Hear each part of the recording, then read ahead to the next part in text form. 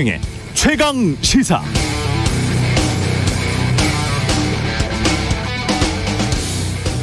네, 기자는 국민의 알 권리를 충족시키고 진실을 알릴 의무를 가진 언론의 최일선 핵심 존재로서 공정보도를 실천할 사명을 띠고 있으며 이를 위해 국민으로부터 언론이 위임받은 편집 편성권을 공유할 권리를 갖는다. 기자는 자유로운 언론 활동을 통해 나라의 민주화에 기여하고 국가 발전을 위해 국민들을 올바르게 계도할 책임과 함께 평화 통일, 민족화, 민족의 동질성 회복에 기여해야 할 시대적 소명을 안고 있다. 제가 지금 읽어드린 게 기자협회 윤리 강령입니다. 좋은 말, 훌륭한 가치들만 잔뜩 있네요. 그런데 좋은 말, 가치들이 서로 충돌할 때는 어떻게 해야 할까? 거기에 대한 설명은 없습니다. 예를 들어서 자유로운 언론 활동을 통해 민주화, 평화통일, 민족화합에 기여하려는 시대적인 소명 때문에 보도를 했는데 결과적으로 그게 한 정파에게 굉장히 유리하게 작용하거나 또는 다른 정파에게 불리하게 작동한다면 언론은 그 보도를 해야 하나요? 말아야 하나요? 사실은 뻔한 질문인데요. 그 보도를 한 언론 또는 일부러 하지 않는 언론 둘 중에 어떤 언론이 공정합니까? 언론은 정말 공정할까요? 아니면 사실은 공정한 척만 하고 있는 걸까요? 헛갈리죠?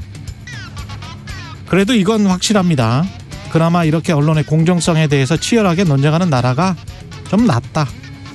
거기에 희망이 있다는 말씀을 드립니다. 언론에서 나오는 모든 말이 100% 사실이고 모든 주장이 100% 공정하다. 그런 건 없고요. 그렇게 모든 국민들이 믿는 나라는 지금으로선 북한 정도밖에 없기 때문입니다. 네, 안녕하십니까. 2월 15일 세상에 이익이 되는 방송 최경영의 최강시사 출발합니다. 저는 KBS 최경영 기자고요. 최경영의 최강시사 유튜브에 검색하시면 실시간 방송 보실 수 있습니다.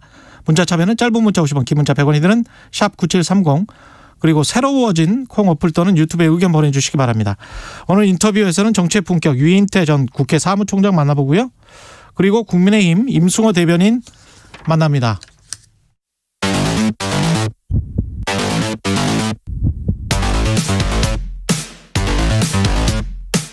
오늘 아침 가장 뜨거운 뉴스 언박싱. 네, 뉴스 언박싱 시작하겠습니다. 민동기 기자, 김민아 시사평론가 나와 있습니다. 안녕하십니까? 안녕하십니까? 예, 어제 방역 당국이 KBS TV에 출연해서 그 상당한 뉘앙스를 남겼네요. 긴급 진단 특집 대담에 출연을 했는데요. 예, 저도 이거 살짝 봤습니다. 예. 네, 질병관리청장인데 예. QR코드 기반의 전자출입 명부 있지 않습니까? 예. 이걸 잠정 중단하는 걸 검토하고 있다. 이렇게 얘기를 했습니다. 사실 QR코드라고 하는 게 그동안 그 접촉자, 코로나 확진자 접촉자를 추적하기 위한 목적이 대부분이었잖아요. 예. 근데 지금 동선 추적용 QR이라고 하는 게 이게 지금 역학조사가 대부분 셀프로 지금 진행이 되고 있거든요. 예. 지금 QR코드를 찍는 게 큰 의미가 없는 그런 상황입니다. 그래서 이거를 당분간 조금 있다가 이제 잠정 중단하는 걸 검토하고 있다라고 공식적으로 얘기를 했고요. 다만 방역 패스 목적으로 예방접종 증명 QR은 존재해야 하기 때문에 이건 구분해서 정리하겠다. 이렇게 정경 청장이 밝혔습니다. 그리고 20일까지 현행 거리두기 있지 않습니까? 예. 이것도 사적 모임 규모라든가 영업시간 제한을 완화하는 쪽으로 검토하고 있다라고 밝혔는데 다만 그 전면적으로 많은 조치가 한꺼번에 풀리게 되면은 이 확진자 속도가 아무래도 빨라지게 되잖아요. 그렇게 되면은 정점의 규모가 커지기 때문에 이렇게 되면 의료 체계 붕괴를 가져올 수 있다. 그래서 이건 좀 주의해야 한다. 이렇게 얘기를 하고 있습니다. 그러니까 거리두기 완화라든지 이런 거를 이제 예고하고 있는 건데 필요하다고 다들 이제 생각하시지 않습니까? 말이 지쳤죠. 그렇죠. 예. 그렇죠. 그런 상황이 분명히 있습니다. 근데 또 여기서 또 우려 전문가, 이 평론가가 또 우려를 해야 됩니다. 네. 김민아 우려 평론가. 아니 예. 정경 청장도 일부 우려되는 점을 얘기했기 때문에 예, 결국은 지난번에 제가 오프닝에서 한번 말씀드렸는데 컵에 물이 반밖에 남아 있느냐, 반이나 남아 있느냐. 그렇죠. 그 판단하기가 참 그렇죠. 힘든 것 같습니다. 그렇죠. 예, 판단이 근데 이제 컵에 물 얘기는 약간 이제 예. 좀 심리적인 거잖아요. 심리적인 주관적인 거잖아요. 내가 예. 어떻게 생각하느냐. 이 원효대사 해골물 같은 건데 근데 이제 이 문제는 일체 유심죠. 그렇죠. 예. 이 문제는 좀 이 여러 가지 근거를 가지고 판단을 해야 되니까 그게 예. 좀 어려운 부분이 있는데 예. 일단 방역 당국이 또 이제 이러한 얘기도 했지만 또 어제 어떤 얘기를 했냐면 이번 주부터 고령층 확진자들이 이제 늘고 있는 것에 더해서 위중증 환자가 또 증가세로 좀 전환될 수 있는 그런 상황이다라고 그렇죠. 또 얘기를 하고 있어요. 그래서 여기에 대해서는 이제 그 면역 저하자하고 그다음에 요양병원 시설 입소자 등에 대해서 4차 접종을 이제 시작을 할 필요가 있다라고 얘기를 하고 있는 상황이지 않습니까? 예. 그래서 이런 것이 병행이 되면서 서로 이제 발을 맞춰가면서 이제 좀 완화가 돼야 되는 거리두기 완화가 돼야 되는 이런 상황이기도 한 거죠. 이게 항상 말씀드리지만 확진자 수가 늘어난다고 해서 바로 위중증 환자 수가 빠르게 이렇게 발을 맞춰서 올라가는 게 아니고 좀 인터벌이 있죠. 그렇죠. 시차가 그렇죠. 있습니다. 그렇죠. 예. 2주 길면 막 3주 예. 이렇게 지나야 이제 이 효과가 나오는 건데 영향이 나오는 건데 지금 이제 그 영향이 좀 나오고 있는 걸로 보인다라고 방역 당국이 얘기를 하고 있어서 이런 상황까지 고려해 가지고 판단할 필요는 있어 보인다 뭐 이런 얘기입니다. 근데 우리가 문화적인 것 그러니까 워낙 조심성이 있고 그다음에 마스크 쓰라면 다 쓰고 뭐 그런 나라기 때문에 지금 2년을 돌이켜놓고 생각을 해본다면 그때 처음에 확진자 숫자를 강조하지 않고 처음과 중반기 때 한 1년 반 동안 그때부터 위중증 환자나 치명률 그다음에 사망자 숫자를 보면서 조금 방역 대책을 생각해 나가고 그랬으면 훨씬 더 자영업들도 조금 편안하지 않았을까. 물론 결과론적인 이야기라서 그렇게 또 했으면 또 흐트러져서 훨씬 더 많은 사망자가 나왔을 가능성도 있습니다만은 그렇죠. 이제 지나놓고 보니까 언론인으로서 그런 생각은 들어요. 우리가 이렇게 여기에서는 별로 그런 이야기를 최강시사에서는 그런 패닉을 불러일으키는 말은 잘 안 했는데 너무 확진자 숫자를 그렇게 중계판 전각판 하듯이 2년 동안 계속 해버렸기 때문에 이게 나중에 이렇게 오래 가게 되니까 사람들도 너무 빨리 이게 지쳐서 이제 더 이상은 뭐 어떻게 좀 해달라는 거잖아요. 그렇죠. 예. 그리고 그래서 다른 대응할 수 있는 전략들이 이제 딱히 없어져 버린 거 아닌가 그런 생각이 들어요. 그 결정적으로 이제 예. 오미크론 변이가 왔기 때문인데 결론적으로는 대응할 수 있는 카드가 없어진 게 그렇죠. 다른 나라에 비하면은 우리 국민들은 정말 잘 버틴 겁니다. 잘했어요. 왜냐하면 결국은 사망자 숫자거든요. 그렇죠. 결국 그리고 제가 한 몇 개월 전에도 말씀드렸다시피 2019년 그러니까 평년과 비교했을 때 전체 사망자 숫자 모든 질병 뭐 교통사고 포함한 전체 보통의 사망자 숫자와 그리고 2010년, 2020년, 2021년에 이 코로나 바이러스가 창궐했을 때 이 사망자 숫자를 비교해 보면 나라별로 그래도 우리가 플러스 마이너스 0에 수렴하는 그런 나라 중에 하나거든요. 사실 방역 예. 대책하고요. 예. 그 방역 수칙을 저는 우리 국민들이 굉장히 잘 지켰다라고 생각을 하거든요. 다만 이제 다른 나라에 비해서 자영업자 비중이 너무 높다 보니까 너무 높고 자영업자분들이 그분들이 너무 고통을 많이 받았어요. 희생을 했어요. 그렇죠. 지금 보면 네. 뭔가 지금 대책은 마련해 줘야 될 것 같습니다. 그렇습니다. 예, 그러니까 항상 이렇게 사회적으로 약한 사람들만 한테 다 이렇게 그렇죠. 해버리고 그거를 정책 집행하는 분들이랄지 이렇게 말하고 있는 저 자신도 그냥 월급쟁이잖아요. 그러면 아무런 경제적으로는 부담이 없는 거거든요. 그러면 그 사람들 입장에서 좀 생각을 해줘야 될 것 같아요. 그렇죠. 저는 월급쟁이 아닙니다. 이 3명 중에 이제 월급쟁이는 이제 최경영 기자 1명. 네. 그렇죠. 네. 저만 포함하겠습니다. 저만. 오늘 자정부터 대선 공식 선거운동이 시작됐습니다. 이재명 네. 후보는 부산항 해상교통관제센터에서 이제 이 수출 운항 선박 근무자들을 만났거든요. 이렇게 이제 공식 선거운동을 시작을 했습니다. 이재명 후보는 부산에서 출발해가지고 서울로 올라오는 그런 동선입니다. 그리고 지금 이낙연 선대위 총괄위원장은 광주 전남에서 출발을 하고 정세균 상임고문은 전북에서 그리고 추미애 명예선대위원장은 대구에서 이제 유세를 벌이면서 출발을 해가지고요. 오늘 저녁 7시에 서울 강남 고속버스 터미널에서 합동 유세를 벌입니다. 이렇게 이제 첫날 일정을 마감을 하고 네. 윤석열 후보는 서울 청계광장에서 출정식을 열고 공식 선거운동을 시작을 합니다. 윤석열 후보는 서울에서 출발해가지고요. 부산으로 내려가는 그런 방식입니다. 이재명 후보와는 정반대 코스고 출정식에 앞서서 윤석열 후보는 이준석 대표와 함께 오늘 오전 9시에 국립서울현충원을 함께 참배한 뒤에 청계광장으로 이동을 한다라고 합니다. 그리고 안철수 후보는 대구 경북 지역에서 공식 선거운동을 시작을 하거든요. 오늘 오전 대구 범어 내거리에서 출근길 시민들과 인사를 하고 경북 구미 박정희 대통령 생가를 방문을 합니다. 그리고 심상정 정의당 후보는 조금 전인 오전 새벽 5시 10분 용산역에서 호남선을 타고 전북 익산으로 떠났습니다. 전주에서 대선 출정식을 하고요. 광주로 이동을 해서 GM 공장을 방문할 예정입니다. 그리고 광주 화정동 붕괴 사고 희생자 분향소도 방문할 예정입니다. 그러니까 이 양강 후보의 동선이 좀 흥미롭죠. 한쪽은 이제 위에서 아래로 내려가고 한쪽 아래에서 위로 올라오고 뭐 이런 그림인데 둘 다 경부선을 탄다는 건 똑같습니다. 그렇습니다. 네. 그 중간에 어디 만나가지고 네. 좋은 얘기도 나누고 그랬으면 좋겠어요. 뭐 대전쯤에서 그렇죠. 네. 네. 만나는 게 뭐 대충 대전 그쪽 아닙니까? 그렇죠. 네. 그렇죠. 네. 너무 한도 끝도 없이 싸우고만 있으니까 네. 시작하는 입장에서는 뭔가 선거운동 공식적으로 시작하는 거니까 네. 좋은 모습도 한번 보여줄 수 있는 거 아니겠습니까? 뭐 상상에서만 있는 일이겠죠. 네.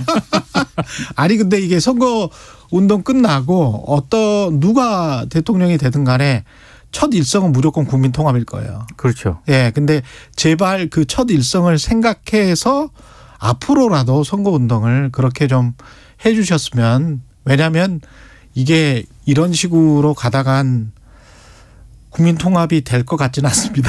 그러니까 이 정치인들은 출마한 후보하고 정치인들은 예. 이게 선거니까 이렇게 하지라고 이제 하는 마음들이 있고 예. 끝나면 뭐 서로 악수도 할 수 있고 뭐 이렇게 할 수 있는데 그 선거 전에 또 이렇게 동원된다고 할까요? 또 마음을 뺏기고 있는 국민들도 그렇죠. 그렇게 치유될 수 있느냐? 예. 그건 아니거든요. 그래서 이게 국민들은 이제 자기 후보를 지지하는 것에 더해 가지고 또 상대 후보를 지지하는 사람들을 막 미워하기도 하고 뭐 이렇게 될 수도 있는 거니까 그 부분까지 고려해서 우리가 선거를 잘 치렀으면 좋겠는데 예. 또 그것도 네, 현실적으로는 잘 안 되는 것 같습니다.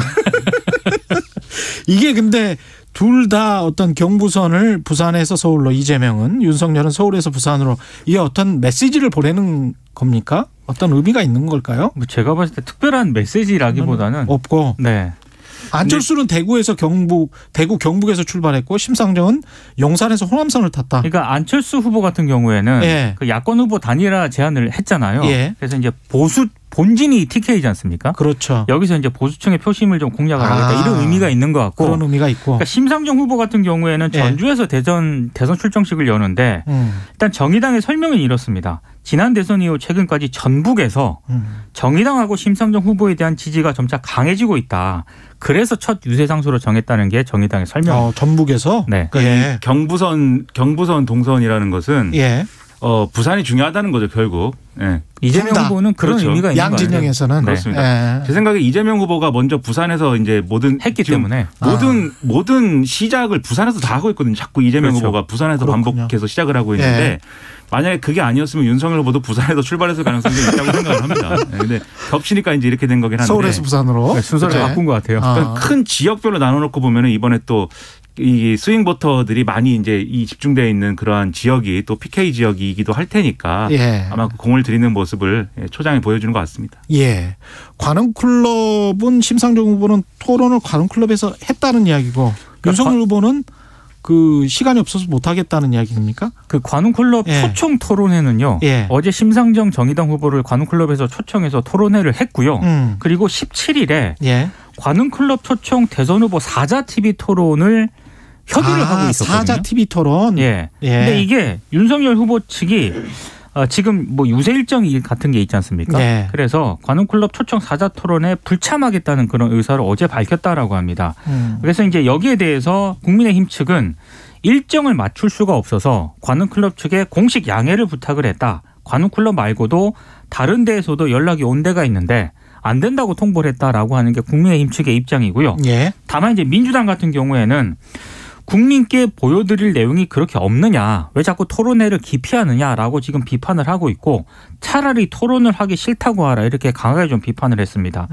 그리고 윤석열 후보하고 이재명, 심상정, 안철수 후보 등 4명의 대선 후보가 원래 그 관훈클럽 초청 사자 토론이요.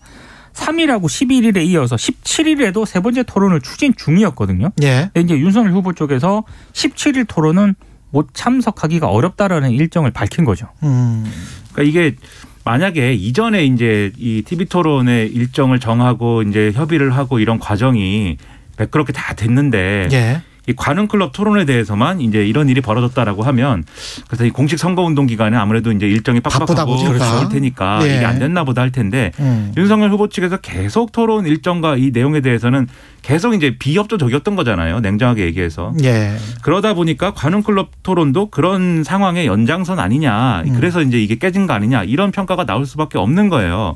특히 관훈클럽이라는 데는 이름이 좀 어려운데 저는 이게 왜 관훈클럽인가 이름이 왜인지 잘 몰랐는데 처음에 관운동에서 시작해서 관훈클럽이더라고요. 예. 중견 언론인들의 모임이고 여기서 중견 언론인들이라는 것은 대스크급 이상이에요. 그렇죠. 맞아요. 차장 이상. 그렇죠. 예. 굉장히 뭐랄까요. 이 경력이 오래된 기자들이 모여가지고 이렇게 질문을 하는 방식으로 이제 한 사람을 불렀을 때는 그렇게 토론을 하는 거고 예. 4명을 불렀을 때는 그만큼 이제 중견 언론인들이 어쨌든 이 짜는 토론의 방식이니까 나름 공정하고도 심도 있는 토론을 할 수 있는 그런 기회가 되지 않겠습니까? 근데 그런 걸 또 거부를 하는 모습이 국민들 유권자들 입장에서는 윤석열 후보는 토론을 계속 피하는 거 아니냐 이런 이제 모습이 될 수도 있어요. 물론 윤석열 후보 측은 두 차례 토론을 통해서 봤듯이 그렇게 난 토론에 약한 사람 아니다 이렇게 얘기할 수 있겠지만 그 2차례 토론이 다 또 굉장히 높은 시청률을 기록하고 관심이 뜨거웠지 않습니까? 예. 그렇다는 건 여전히 유권자들은 목말라 하고 있다는 거거든요. 이 토론을 통해서 각 후보들의 어떤 그런 비전을 보는 것에 대해서 그래서 좀 전향적으로 응했으면 좋았을 텐데 여러모로 아쉽습니다. 예. 이재명 후보는 국민통합 대통령을 강조했습니다. 그러니까 어제 이제 공식적으로 이제 서울 중구 명동 예술극장 사거리에서 기자회견을 열었거든요. 위기 극복 국민통합 선언 기자회견을 열었는데 굉장히 이제 좋은 말을 했죠. 그리고 좋은 말이죠. 그렇습니다. 이번 대선을 통합 정치와 정치 보복이 결정되는 역사적 분기점으로 규정을 했는데 한 가지 특징적인 것은 이렇게 하면서 윤석열 후보를 강하게 비판했다는 그런 점입니다. 왜냐하면 비판할 수밖에 없겠죠. 왜냐하면 지금 뭐 적폐 수사라든가 이런 부분들에 대해서 지금 이재명 후보는 공세를 강화하는 그런 추세이기 때문에 지지자들이 결집이 되고 있고요. 그렇습니다. 어제 하여튼 그렇게 얘기를 했고 또 한 가지 특징적인 기자회견에 앞서가지고 국립서울현충원을 방문을 했는데 김대중, 김영삼 여기 이제 묘지에 방문한 거는 굉장히 좀 지금까지 해왔던 거 아니겠습니까? 예. 박정희, 이승만 전 대통령 묘역을 또 참배를 한 것도 조금은 다른 그런 부분이었습니다. 그러니까 이재명 후보의 기자회견의 핵심 어떤 효과랄까 메시지랄까 이런 것은 이 기자회견은 민주당이 그동안 유권자들의 기대에 부응하지 못했다. 국민들의 기대에 부응하지 못했다. 그래서 죄송하다. 이재명 후보도 마찬가지다. 죄송하다. 이걸로 시작을 했습니다. 그래서 반성과 이런 걸 토대로 해서 앞으로 국민통합을 하기 위해서 국민통합 추진위를 만들고 그다음에 이제 정치개혁을 하고 이런 것들을 여러 가지를 약속을 한 건데 저는 이대로만 되면 이게 굉장히 모범적인 어떤 정치개혁의 방향이나 이런 것 다시 제시했거든요. 예를 들면 위성정당은 방지하는 법을 만들겠다 할지 비례대표를 강화하겠다 할지 그리고 이재명 정부라는 표현도 쓰지 않겠다. 왜냐하면 다양한 진영이 이제 참여하는 통합정부를 꾸릴 것이기 때문에 노무현 정부, 문재인 정부, 이재명 정부, 그렇죠. 이재명 정부라는 표현을 쓰지 않겠다. 그렇죠. 집권을 하게 된다고 하더라도. 그렇죠. 심지어 이제 4년 중인 개헌을 추진을 하는데 만약에 필요하면 이제 임기를 단축을 하고 본인은 그러니까 4년만 하고 나가겠다. 그렇죠. 예. 그것이 가능하고 합의되면 그렇게 하겠다. 그리고 개헌을 하게 되면 지금 현행 헌법에 의하면 재출마도 안 되기 때문에 본인이 다시 출마하는 일도 없다 강조를 했는데 이대로만 되면 굉장히 이제 좋은 일이죠. 다만 이제 이게 실제로 이재명 대통령 시대에 가능할 것이다라는 믿음을 또 유권자들에게 줘야 되는 거 아니겠습니까? 그래서 이런 믿음을 주기 위한 또 어떤 여러 가지 이 행보들이 필요할 것 같아서 이런 약속을 그 정도의 신뢰감을 가지고 볼 수 있을 것인가 지켜봐야 되겠죠. 선거 때는 이제 수사 레토릭이라고 하잖아요. 그렇죠. 수사만 굉장히 발달하고 이걸 너무나 마케팅 측면에서 우리가 정치공학 누구를 어떤 표를 얻고 그러려면 이런 말을 해야 되고 이런 이야기 하지 않습니까? 그렇기 때문에 또 국민통합이라는 말도 수사로만 하면 안 돼요. 그렇습니다. 수사로만. 특히 이제 지금 정권 교체를 꾸미는 말로만 하면 안 됩니다. 그렇죠. 정권 교체가 필요하다고 생각하는 여론이 지금 각종 여론조사에서 굉장히 높게 나타나고 있지 않습니까? 그렇죠.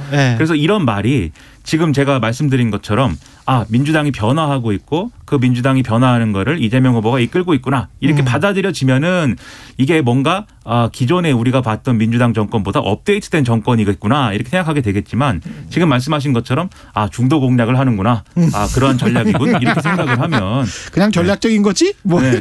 그렇게 되면 네. 효과가 없을 것이기 때문에 그렇죠. 이러한 진정성을 또 증명을 해야 되는 거죠. 정말 수사와 진정성 네. 이 둘 사이에 그러니까 그냥 꾸며낸 말과 진심과 이거를 참 유권자가 가려내기가 힘든 것 같습니다. 참 힘들어요. 그러니까 선거든 뭐든. 그렇죠. 예. 그러니까 얼마나 중요합니까? 최경영의 최강시사가 이렇게 중요합니다. 저도 헷갈려요. 저도. 네. 이게 정말 주식 투자하는 거하고 비슷한 것처럼 좋은 기업 하나 발굴해내는 게 이렇게 힘드네요. 예, 다 그냥 선전만 하니까 우리 기업 좋다고. 윤석열 후보는 검찰 직접 수사를 확대하고 검찰권을 강화하겠고 그냥 검찰을 어떻게든 정권으로부터 독립시키겠다 이런 취지겠죠. 예. 어제 사법 분야 공약을 발표했거든요. 예. 크게 굉장히 방대한 양인데 크게는 세 가지입니다. 검찰의 이 고위공직자 수사 권한을 확대하겠다. 그리고 검찰의 독자적인 예산 편성권을 보장을 하겠다. 그리고 법무부 장관의 검찰총장 수사지휘권을 폐지하겠다. 이제 이 세 가지인데요. 현행 공수처법에서는 고위공직자들에 대해서 공수처가 우선 수사하도록 돼 있지 않습니까? 예. 근데 윤석열 후보가 이걸 독소조항이라고 어제 표현을 했고요. 만약에 국민들이 이 공수처 제도에 회의가 있다면 폐지를 추진하겠다 이렇게 얘기를 했고 그리고 경찰이 송치한 사건은 검사가 직접 보완 수사를 하도록 하고 검찰 고소고발 사건은 검찰이 직접 처리하도록 하겠다 이런 내용을 공약에 담았거든요. 예. 이 얘기는 검찰의 직접 수사를 확대하겠다는 건데 이거는 검경 수사권 조정 있지 않습니까? 그렇죠. 이 원칙을 허무는 내용이기 때문에 논란이 좀 예상이 되고 있고요. 예. 그리고 검찰총장이 매년 검찰청의 예산을 기획재정부에 요구할 수 있도록 제도화를 해서 검찰청 예산을 법무부와 별도로 편성을 하겠다. 이 공약도 발표를 했는데 이거는 이제 법무부를 건너뛰고 검찰총장이 직접 기획재정부에 예산을 요구해서 편성하도록 하겠다는 그런 얘기인데 그러면 이제 몇 가지 좀 문제점이 발생할 수도 있습니다. 일단 검찰 내 줄서기가 더 심해질 수도 있다. 이런 우려가 하나 나오고 있고 예. 또 하나는 정부가 그러면 검찰을 통제할 수 있는 방법은 인사권밖에 없다. 그러면 검찰의 권한이 너무 비대해지는 것 아니냐 이런 문제도 나오고 있고요. 또 하나는 예산을 별도 편성하게 되면 검찰총장이 국회에 출석하는 비율이 높아지지 않습니까? 그렇죠. 이렇게 되면 또 국회에 또 검찰이 좀 눈치를 보게 되는 것 아니냐 이런저런 문제점들이 지금 나오고 있는 상황입니다.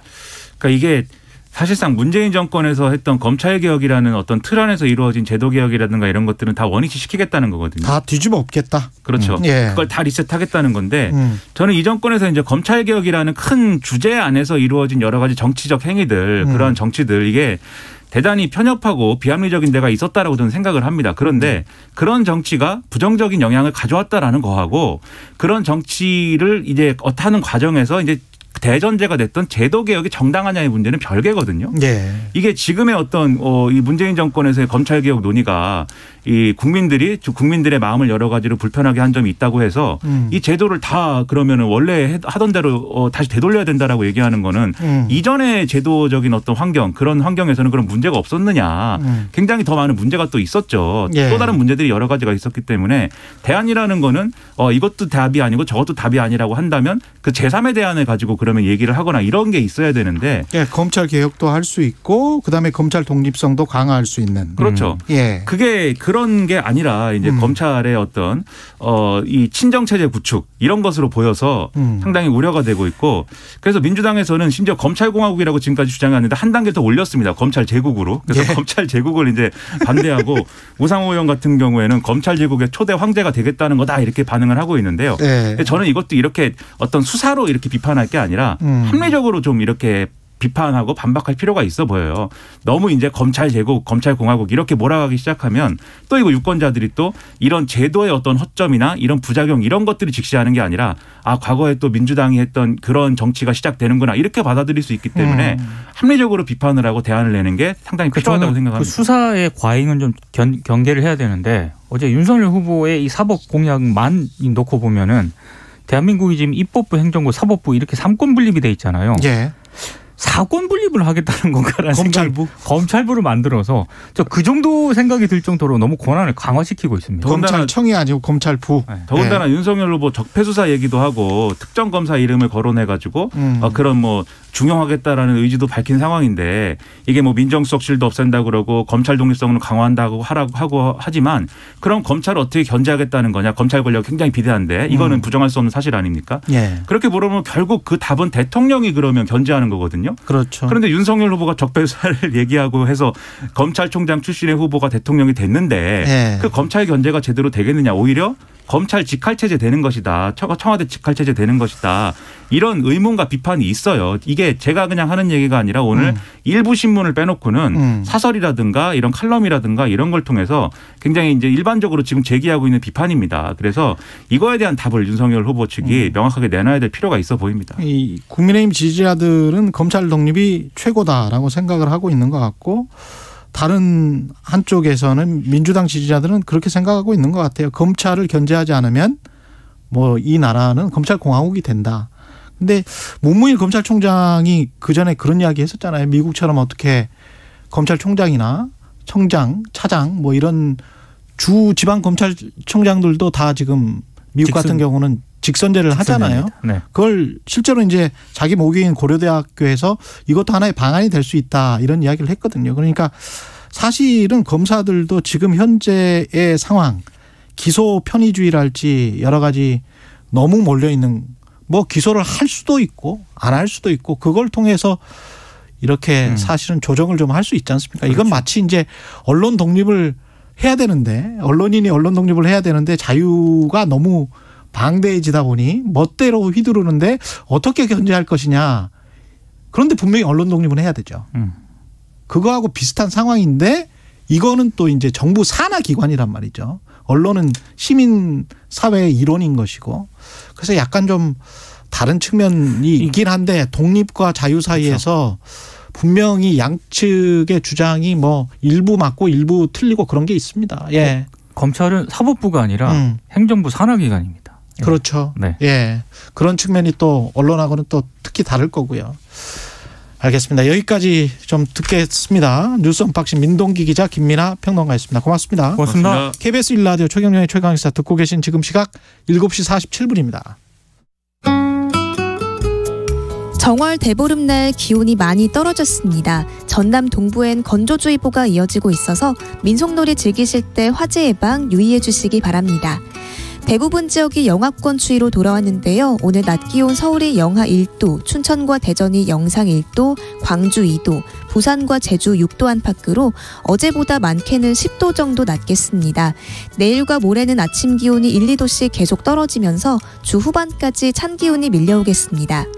대기 확산이 원활해지며 공기는 아주 깨끗해졌습니다. 지금 서울을 비롯한 수도권과 충청 북부, 전북 내륙은 약하게 눈발이 날리고 있는데 아침까지 1cm 미만으로 내리다 그치겠습니다. 밤부터 충남, 전라권 서부, 제주 산간 지역에 다시 눈 소식 있는데요. 모레 새벽까지 1에서 5cm, 전라권은 최대 7cm가 예상됩니다. 지금 서울의 기온 영하 5.9도입니다. 날씨 정보 박다효입니다. 이어서 이 시각 교통정보입니다. KBS 교통정보센터의 이승미 씨입니다. 네, 부산 울산고속도로 울산 방향으로 청량 부근 1차로와 갓길에서 화물차 사고를 처리하고 있습니다. 사고 지점 앞두고 속도 떨어집니다. 2차 사고 나지 않도록 조심하셔야겠고요. 수도권 제일순환고속도로 판교에서 일산 쪽으로 서운 분기점에서 사고 있었습니다. 이 여파로 소래터널부터 정체가 되고 있고요. 서울시내 동부간선도로 성수 방향으로는 중랑교 부근의 사고 여파로 도봉지하차도에서 중랑교까지 정체고요. 이후로는 군자교에서 용비교까지 밀리고 있습니다. KBS 교통정보센터였습니다.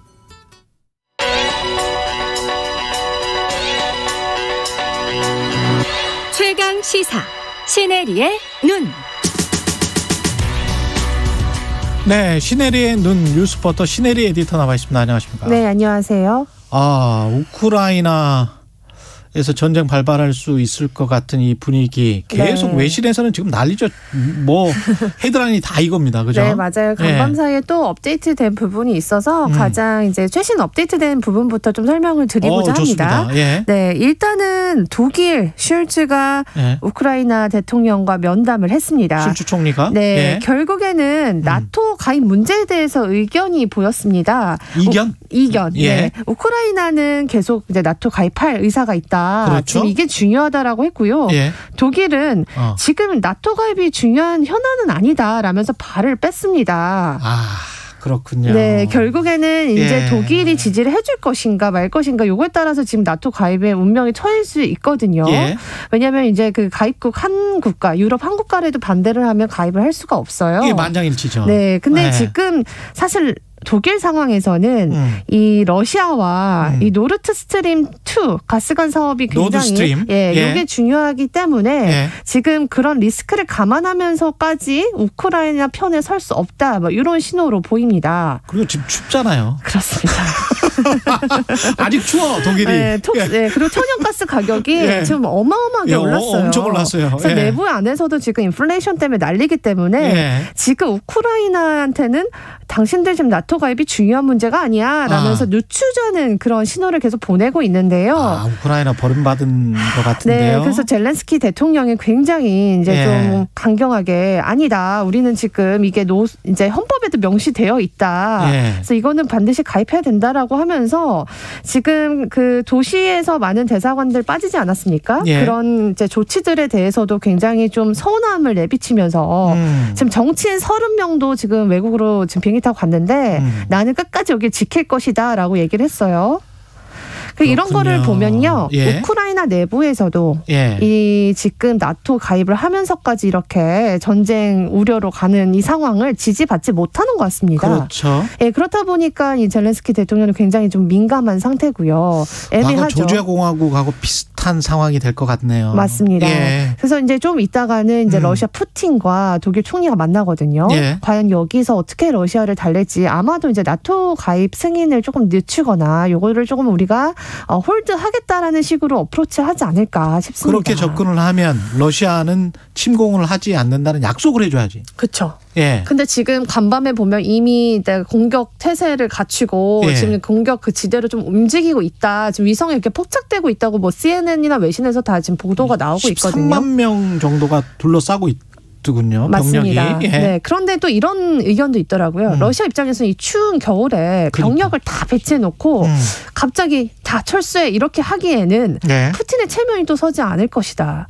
그래서 그 아주 타격이 적은 지역 먼저 국지전을 좀 하다가 살짝 발을 빼지 않을까 이런 아니면 의견들이 일부만 병합하는 네 그런 식으로도 가능성이 있지 않을까라는 이야기가 나오고 있습니다. 우크라이나 전체를 하기는 국토도 엄청 크고 맞습니다. 예, 접경 지역 일부만 병합하는 그런 방식. 네, 내부 사기도 굉장히 또 중요하니까요. 러시아도요. 러시아 군대도. 네, 그래서 예. 이번에 아예 이제 한판 승부 벌이지 않으면 또 다시 나토 가입하겠다고 올라올 거기 때문에 만약에 국지전을 그렇게 해서 우크라이나를 뭉개놓고 나면 뭉개려고 하면 그러면 나토군이나 미군은 어떻게 대응을 합니까?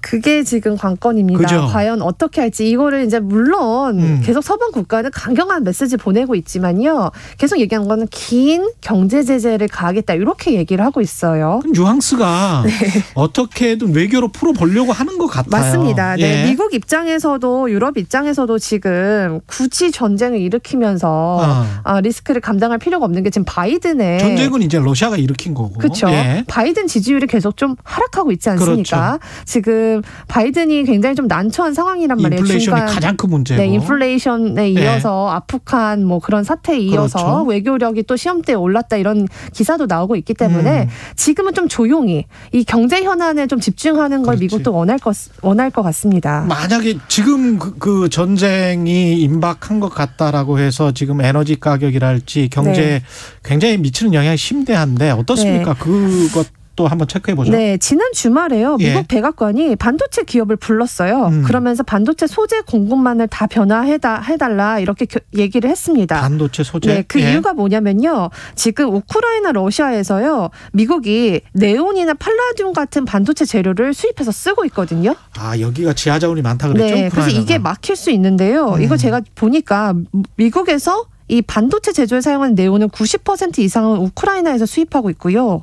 팔라듐의 35%는 러시아에서 공급받고 있기 때문에 그렇군요. 이게 진짜 전쟁으로 퍼진다면 또 다시 반도체 대란이 일어날 수밖에 없는 상황입니다. 와, 공급난이 심화된다. 네. 에너지, 뭐 가스 이거는 뭐 말할 필요도 없고요. 뭐 간밤에 지금 WTI 그러니까 유가가요 배럴당 95달러. 됐습니다. 진짜 100불 되겠는데? 100불이 될 것 같고요.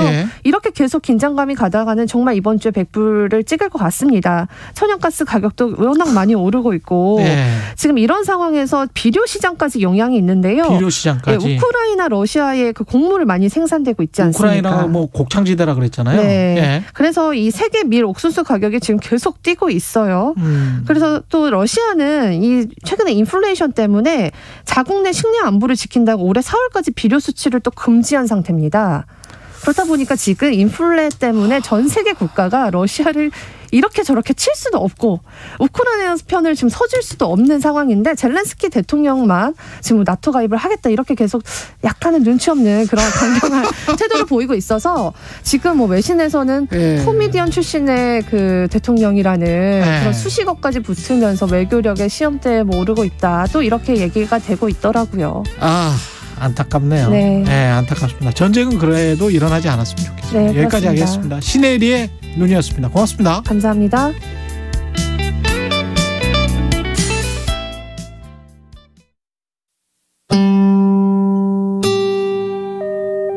상당수의 이제 많은 구급대원들이 번아웃이 와가지고 그렇게 겨우겨우 버티다가 결국에는 지금 휴직하는 분들이 간간히 생길 정도로 생각보다 많이 힘든 상황입니다. 지금. 2022 KBS 연중기획 기억을 기록하다. 영등포 소방서에서 근무 중인 김태규 구급대원입니다. 늘 출동이 끊이지 않고 또 소방서 내에서도 구급대원 힘드니까 고생 많다며 격려도 해주시고 인적으로도 물적 지원도 많이 해주시는데 그럼에도 불구하고 지금은 어떻게 해볼 수 없는 상황이라 다들 많이 지쳤다고 할 수 있을 것 같아요.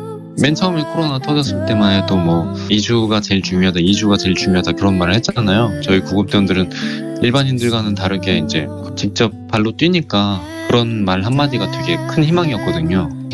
2주만 더 있으면은 좀 가라앉을까? 이런 식으로 계속 희망의 빛을 봤는데 너무 오래됐어요. 장기화됐기 때문에 지금 다들 그런 생각은 안 하고 그냥 이 또한 지나가리라 생각하고 그냥 버티자는 생각밖에 없어요. 다들 언제 어떻게 어떤 마음으로 이렇게 하는 게 아니라 그냥 우리가 버텨야지 이렇게 안 그러면 어떡하겠나 서로 그냥 힘내자 요 정도밖에 없습니다. 지금 사명감이고 어떤 마음이고 그런 건 없는 것 같아요. 다들 그냥 힘들어도 우리 아니면은 못한다 이런 생각.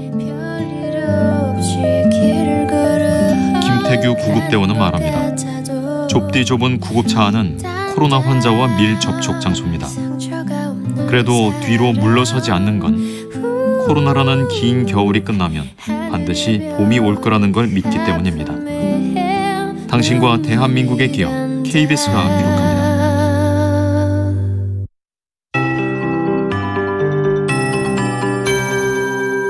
KBS 58분 날씨. 오늘 한 해의 건강과 풍년을 기원하는 정월 대보름날인데요. 미세먼지가 말끔하게 사라지고 기온은 뚝 떨어졌습니다. 전남 동부는 건조주의보가 이어지고 있어서 화재가 나지 않도록 민속놀이 안전하게 즐겨주시기 바랍니다. 현재 체감온도가 서울과 인천 영하 11도, 대관령은 영하 17도 선까지 내려가 있습니다. 낮 기온은 서울이 영하 1도, 춘천과 대전이 영상 1도, 광주 2도, 부산과 제주 6도 안팎으로 어제보다 많게는 10도 정도 낮겠습니다. 내일과 모레는 아침 기온이 1, 2도씩 더 떨어지면서 주 후반까지 찬 기온이 밀려오니까요. 막바지 추위에 건강관리 잘 해주셔야겠습니다. 서울을 비롯한 수도권과 충청 북부, 전북 내륙은 약하게 눈발이 날리고 있는데요. 아침까지 1cm 미만에 그치겠습니다. 밤부터 다시 충남, 전라권 서부, 제주 산간 지역에 눈이 올 전망입니다. 모레 새벽까지 1에서 5cm, 전라권은 최대 7cm가 예상되고요. 제주 산지는 모레 오전까지, 울릉도 독도는 밤까지 더 길게 이어지면서 10cm 가까이 쌓일 수 있겠습니다. 이동하실 땐 빙판길이나 도로 살얼음에 주의해 주시기 바랍니다. 지금 서울의 기온 영하 6도, 습도는 69%입니다. 박다효입니다.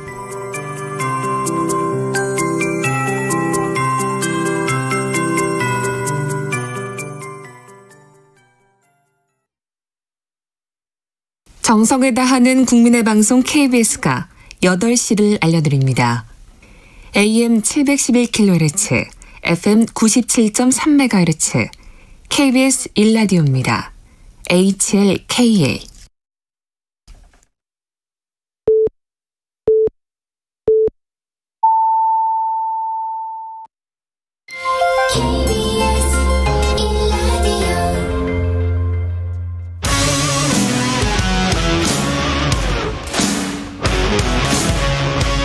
오늘 하루 이슈의 중심, 최경영의 최강시사.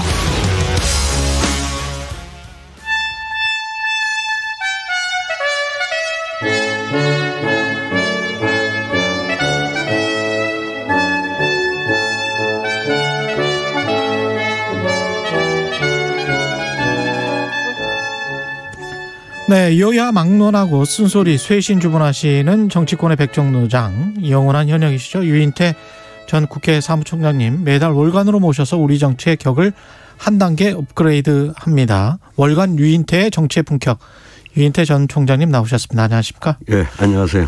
예, 지난번에 다른 방송 인터뷰에서 김혜경 씨 그 과잉 의존 논란, 그다음에 법인카드, 그 측근이 쓴 건데 이제 지시하거나 공모했느냐 뭐 이게 이제 논란이 계속되고 있는 상황이었는데 지금도 그렇고요.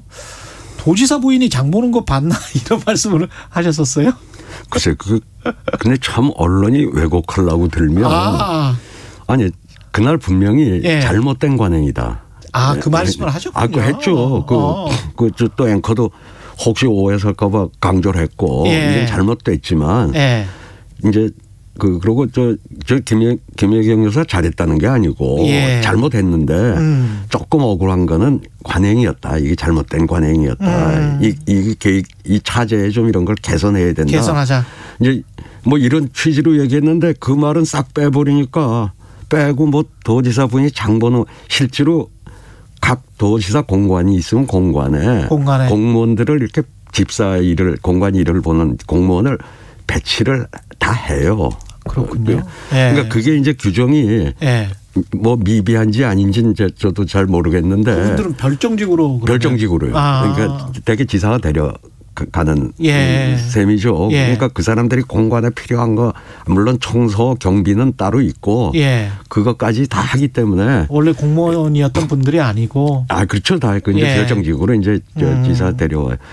그래 저는 이번에 그 뭐 7급 A씨라고 하는 이제 이걸 지금 공익 제보했다는 분의 이걸 계기로 이 좀 공직사회에 그 공사가 좀 불분명하고 했던 것들 이런 게 좀 개선되는 계기가 되면은 저는 아주 바람직하다고 보는데. 김혜경 씨도 잘못했고 이재명 후보도 잘못했지만. 잘못했죠. 그건 잘못했고. 이거 전체를 바꿀 수 있는 어떤 계기가 됐으면 좋겠다. 그렇죠. 그러니까 근데 뭐 이제 저는 뭐 국회의원들도 나와가지고 그 말은 빼고 뭘 하는데 아니 이를테면 말이죠. 국회의원들 운전 비서 있잖아요. 운전기사. 그 국회 공무원이에요. 사무처. 그분들도 이제 별정직이거든요. 아니 그건 국회 사무처 별정직이 아니라 공무원으로 돼 있어요. 월급을 국회 사무처 국회에서 줘요. 국회에서. 그렇군요. 그리고 차량은 개인 차량이지만 소유는 그 차량 운영비를 국회에서 유류되니 뭐 다 대줘요. 그렇죠. 그런 일종의 준관용차 아니에요. 그렇습니다. 근데 골프 칠 때 다 운전기사 데리고 휴일에 가고 아니 국회의원 애가 좀 아프다 그러면 병원에 국회의원들 집에서도 다 그 차 불러 쓰잖아요. 그러니까 우리가 공사 부분이 거의 없었다. 거의 개인차 비슷하게. 근데 그 운영비하고 네. 경비 월급하고 다 그 국회에서 우리 세금으로 주고 있단 말이죠. 아니 이를테면 그걸 가지고 누가 뭐 나무래는 나무래기보다 이런 거에 대해서 공사 구분을 좀 더 명확히 앞으로는 이제 확실히 하자. 그 법카라는 것도 업무 추진비 저도 카드를 좀 써봤지만 네.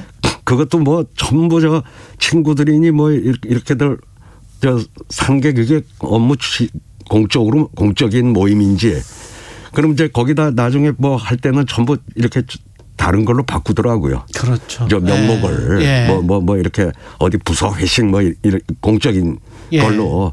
그러니까 이런 게 지금 많이 우리 사회 공사 구분이 애매하게 이렇게 잘 좀 돼 있는 것들을 뭐 이번에 저런 걸 계기로 해서 좀 정비를 하고 예. 개선이 되는 계기로 삼았으면 저는 그분도 예. 그러니까 그 공익 제보의 네. 의미도 살고 뭐 너무 찔끔찔끔 흘리는 게 꼭 순수해 보이진 못하는데 오히려 그걸 그렇게 그런 계기가 됐으면 좋겠다. 제도 개선의 계기가 됐으면 좋겠다. 좀 김혜경 여사가 그냥 도청에 도지사 취임하니까 거기 이제 공무원들이 뭐 이렇게 별정직 둬서 그 사람들을 다 이렇게 공관 소위 장 보는 것도 다 이제 그분들이 알아서 예. 이렇게 여기서 이제 뭐가 좀 필요하다 이것만 얘기하면 예. 실제로 그건 현실이 그렇다는 얘기를 했더니 뭘 그거 앞에 잘못된 관행을 고치자는 얘기는 쏙 빼고 하니까는 아주 그냥 용이 대만이야 형편없는 꼰대 옹호하는 것처럼 예. 그게 돼버렸었죠. 예. 지금 뭐 최대 이슈는 야권 단일화로 다시 넘어갔습니다. 예상대로 30일 안팎 남기니까 이제 야권 단일화 이야기를 오히려 이제 안철수 쪽에서 역제안을 했습니다. 여론조사 방식으로 하자. 근데 이제 예상대로 국민의힘에서는 그건 아니고 단판식으로 하자. 이거는 뭐 예상했던 일인 것 같고요. 단일화는 될 것 같습니까? 어떻게 될 것 같습니까? 그 된다고 그러면 윤석열 후보가 과감하게 안철수 후보가 지금 제안한 걸 받으면 되죠. 안 받으면? 안 받으면 안 되는 거죠. 안 된다? 그럼 이건 지금 제가 보기에 안철수 후보가 저걸 제안한 거는 그 단일화의 그 압박과 핍박으로부터 해방되기 위해서 한 거지 흥정을 하려고 뭘 조금 나한테 다소히 유리한 조건을 뭐 더 어쩌고 이런 차원에서 전 제안한 게 아니라고 봐요. 보통은 자 그럼 단일화 합시다. 그리고 실무선에서 그러면 뭐 실무 논의를 합시다. 이제 그 단일화 방식을 어떻게 할 거면 이게 아니고 지난번에 뭐 나 저기 오세훈 시장 후보한테 졌을 때 또는 윤석열 후보 당신이 후보 될 때 뭐 홍준표하고는 각축을 벌렸습니다만 이준수 대표 될 때 그 방식 그대로 하자. 근데 보통은 저 정도의 이게 격차가 나면은 저쪽에서 덥석 받으면 될 거 아니에요. 그렇죠. 받으면 단위로 되는 거예요 그냥. 근데 뭔가 조금이라도 리스크가 있으니까 위험요인이 있으니까 있어서 못 받으면 그러니까 안철수 후보도 매달리진 않을 것 같다 그 얘기예요. 그러니까 국민의힘 입장에서는 이거를 만약에 여론조사 방식을 거부할 명분이 있나요? 아니 뭐 지금 그렇게 격차가 나는데 단판으로 하지. 격차가 뭐 이미 나 있으니까. 많이 나는데 뭐 4배 5배 나는데 무슨 뭐 다시 여론조사를 하냐. 뭐 이제 그건 이제 겉으로는 그런 이야기를 하는데. 이제 그러니까 아마 지금 국민의힘에서 받기 어려울 거라고 보고. 받기 어렵다. 그러고 저는 오래 가지 않을 거라고 봐요. 이런 단일화 논의가요? 안철수 후보도 이거 오래 끌어봤자 서로 간에 지지율만 떨어지고. 그러니까 이거 아니면 그냥 완주하든지. 그냥 난 그렇게들 원하니까. 난 하자고 제안했다. 근데 안 받는데 어떡하냐. 그러니까 해방되기 위한. 단일화 압박으로부터 해방되기 위한 제안이지 흥정을 하려는 제안은 아니다 이렇게. 그럼 보여지죠. 역으로 보면은 완주의 시그널은 또 한 번 일어날까요? 아니면은 또 한 번 무슨 기자회견을 할까요? 아니면 그쪽에서 받지 않았기 때문에 받지 않은 걸로 이거 단일화 협상은 이제 결렬이다. 끝이다. 마무리됐다. 그거는 아마 오래 가지 않을 거라고 봅니다. 아, 오래 가지 않을 것이다. 예. 예, 언론에서는 뭐 1차 데드라인, 2차 데드라인 해서 뭐 투표용지 시작되는 뭐 28일. 그때 저는 이번 주 넘기지 않고 뭐 가부간에 예. 지금 뭐 흔히 하는 말로 예스까 노까 이거 받을래 말래 이러고 던진 거지. 예스까 노까. 뭐 딱 그러고 던졌잖아요. 예. 그건 뭐 어떤 더 흥정을 하겠다는 자세는 아니잖아요. 예. 만약에 지지부진하더라도 3월 뭐 4일이나 또는 28일까지 해서 이렇게 쭉 끌다가 단일화가 만약에 성공한다면 그러면 필승 카드입니까? 어떻게 보십니까? 그건? 글쎄 그 과정이 중요하죠. 또 과정이 중요하다. 그러니까 그 좀 안철수 후보를 지지하던 지지층까지 이렇게 조금 감동적인 단일화. 뭐 이러면은 가령 노무현 후보는 그게 좀 감동적이었던 건 그때 정몽준 후보한테 양보할 생각으로 단일화를 받았던 거거든요. 예. 차이가 제법 났었어요. 맞습니다. 예. 그렇잖아요. 예. 맞습니다. 그러니까 예. 기억납니다. 아이고 뭐 저쪽이 되는 것보단 그래도 당연히 그렇게 생각했죠. 그런데 이제 극적인 반전을 이뤘는데 그것도 또 중간에 한번 저쪽이 뭐 자기 협상팀이 해온 문구가 뭐 조금 불리하다 어쩌고 해가지고 며칠을 늦추는 통에 그래 이렇게 역전이 됐는데 그때 그것만 아니었어도 노무현 후보가 이길 길이 없었다고 여론조사 그때 전문가들은 다 그렇게 분석을 하더라고요. 처음에 그냥 협상 대표가 서로 협상한 해온 대로 실시했으면은 그건 정몽준 후보가 뭐 무조건 이겼을 거다 이렇게들 보는데 그러니까 우선 그 노무현 후보가 거의 질 것 같은데도 불구하고 던져서 역전이 된 거 굉장히 감동이었거든요. 마지막 날 지지 철회를 했음에도 불구하고 이제 당선으로 이어졌단 말이죠.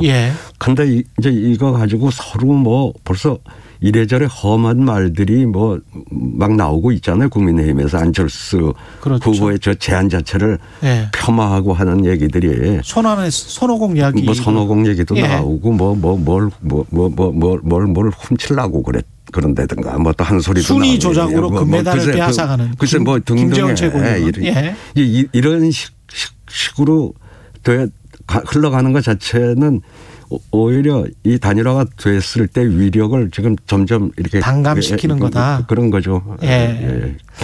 지금 단일화 이전에 나왔던 거 최대 이슈는 역시 이제 그 적폐 수사 발언 논란. 자기네 정권이 하면은 뭐 적폐 청산이고 정권 잡아가지고 우리가 하면은 보복 수사냐 하겠다 해야죠. 뭐 이런 발언이었거든요. 윤석열 후보의. 근데 이게 지금 여권을 결집시키는 효과는 분명히 있습니까? 어떻게 보십니까? 좀 있겠죠. 좀 있을 거라고 보고 하여튼 전 윤석열 후보가 그날 아주 뭐 인터뷰 중앙일보 인터뷰를 뭐 시원하게 했다고 그러니까 아주 자신감에 넘쳐서 막 얘기를 했다고 제가 그 취재에 들어갔던 기자한테 한번 물어봤어요. 그랬더니 아니 뭐 우리는 그냥 왜 이렇게 고약하게 질문은 던져가지고 난처하게 만들었어 이제 이랬단 말이에요. 그랬더니 아니 우리는 아주 나이스하게 했는데 그냥 신나게 말씀을 하시더라. 해서 이제 그렇게 된 거다 뭐 이런 얘기를 들었는데 그러니까 참 윤석열 후보 그 초짜에 한계를 못 벗어나는 게 초짜의 한계다. 그러니까 원고를 써준 거 읽지 않으면 그냥 저렇게 신나서 얘기하다 보면 꼭 사고를 친단 말이죠. 이번에도 그런 경우 아닌가 보여져요. 그 다음에 이제 우리 문재인 대통령과 저와 똑같은 생각이라 할 수 있겠습니다. 윤석열 사전에 정치보복이라는 단어는 없습니다. 이거는 어떤 여론에 좀 놀란 걸까요? 그렇죠. 이게 조금 수습하려고. 이게 지나고 나니까 뭐 죄 증거 없으면 그 뭐가 두렵냐 뭐 이런 소리는 원래 검사들이 하는 소리거든요. 근데 검사들은 털면 먼저 안 나는 사람 없다는 게 검사들 시각 아니에요. 그렇죠. 그리고 뭐 사실 우리 어젠가 발표한 그 검찰 공약. 예. 안 그래도 그거 여쭤봐야 되는데. 예. 그것도 보면 사실 옛날에 중앙정보부란 데가 군사정권 시절에 뭐 남자를 여자로 바꾸는 거 빼고는 다 할 수 있던 무소불위의 권력을 행사했는데 그 후에 이제 그 워낙 악명 높았던 중앙정부의 힘은 많이 빠졌잖아요. 빠지고 그 힘이 어디로 갔냐? 저는 검찰로 갔다고 봐요. 그러니까 검찰은 무슨 기세라도 벌 받는 거 보셨냐고요. 그렇죠. 예? 아니 그리고 뭐 술도 1,000만 원어치 샀댔는데 어떻게 쪼개가지고 100만 원 아래로 뭐 밴드비 빼고 뭐 빼고 아이고 이 국민들이 99만 원 세트. 아니 국민들이 다 보고 있잖아요. 그러고 뭐 어떤 검사 출신 변호사는 뭘 오피스텔을 뭐 한 층을 다 뭘 하고 뇌물을 엄청나게 받아도 전부 직무 관련성 없다고 뭐 해가지고 무죄가 나거나 하여튼 치외 복권에 살고 있다고 우리 그 국민들이 느끼기 때문에 사실은 검찰 개혁에 대한 지지가 굉장히 높았는데 이제 그 뭐 조금 그 검찰 개혁을 추진하는 과정에서 약간 운반 과정이 좀 거칠어 가지고 그 검찰 개혁에 대한 지지가 조금 낮아지기는 했지만 여전히 우리 검찰은 그 가장 특권을 누리는 최고권에 살고 있는 거다 하는 게 국민들의 일반적인 시각이라고 저는 봐요. 그런데 이제 윤석열 그러니까 지금 완전히 저 거꾸로 가는 저 공약을 난 도대체 캠프가 지금 제대로 작동을 하고 있는지 아니면 맨 주요 요직에 전부 검찰 출신들이 있어가지고 저거에 대한 문제의식을 못 느껴서 저런 공약이 나왔는지 지금 이해가 안 가요. 저거는 좀 완전히 펴떨어지는 거꾸로 가는 거 아니에요 지금? 거꾸로 가고 있다. 거꾸로 가는 공약 아니겠어요? 이거 우클릭이라는 말은 적당하지 않을 것 같고 검찰 클릭 뭐 이렇게 봐야 될까요? 하여튼 저 어제 공약도 그렇고 지난번에 뭐 그냥 원고도 없이 신나게 얘기하다가 거기다가 문 대통령도 정말 그 모욕감을 느낄 게 검찰을 뭐 이용해서 범죄를 저질렀다고. 아니 그 사실 저 윤석열 검찰총장 시킬 때 저도 그때 인사위원회에 있는 저 멤버한테 청와대 참모죠. 그때 그거 몰랐냐 뭐 어쩌고 이렇게 물어봤어요. 도대체 그 인사위원회에서 무슨 서로 어떤 얘기들이 오가냐 그랬더니 대통령이 워낙 꽂혀 있었다고 그래요. 그 이야기는 저도 들었습니다. 그래서 대통령 의중에 윤석열 총장에 워낙 이렇게 꽂혀 있어가지고 제대로 사실 논의도 못 해봤습니다. 그러더라고요. 그러니까 윤석열 총장이 됐을 때 뭐 어째 좀 위험하지 않냐 뭐 등등의 이제 시각도 있을 수 있을 텐데 아니 그렇게 그 신뢰해서 그 뭐 무슨 합의 뭐 9계단인가 그 뛰어서 총장까지 이제 이렇게 해놨는데 그 시절을 이 정권이 뭐 검찰을 이용해서 범죄를 저질렀다고 하는 얘기는 문 대통령으로서는 정말 모욕감을 느낄 수밖에 없지 않았겠나 이렇게 보여져요. 적폐수사 청산도 그렇고. 알겠습니다. 시간이 다 돼서 여기까지 해야 되겠습니다.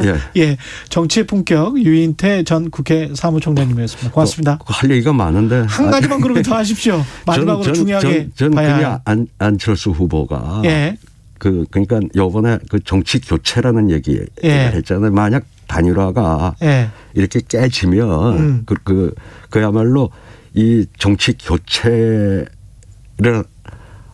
이게 길에 놨으면은 안철수 후보가 그러면 이제 본인이 뭐 10년 전에 그 새 정치를 얘기했던 거 그리고 요새 워딩이 정치 교체라는 얘기가 나오고 내 정치의 목표는 다당제다.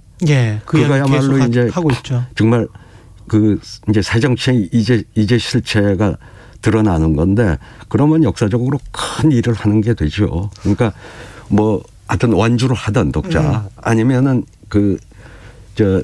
정치의 새장을 여는 그 역할을 지금 안철수 후보는 할 힘이 있다고 봐요. 현재. 안철수 후보는 정치 교체를 할 힘이 있다. 그러니까 둘이 뭐 저렇게 팽팽하니까 서로를 자기를 필요로 하니까 좀 그 길로 나서줬으면 하는 바람도 있고 본인을 위해서도 그게 아마 저기 역사에 남는 일이다. 많은 함의가 있는 말이었습니다. 예.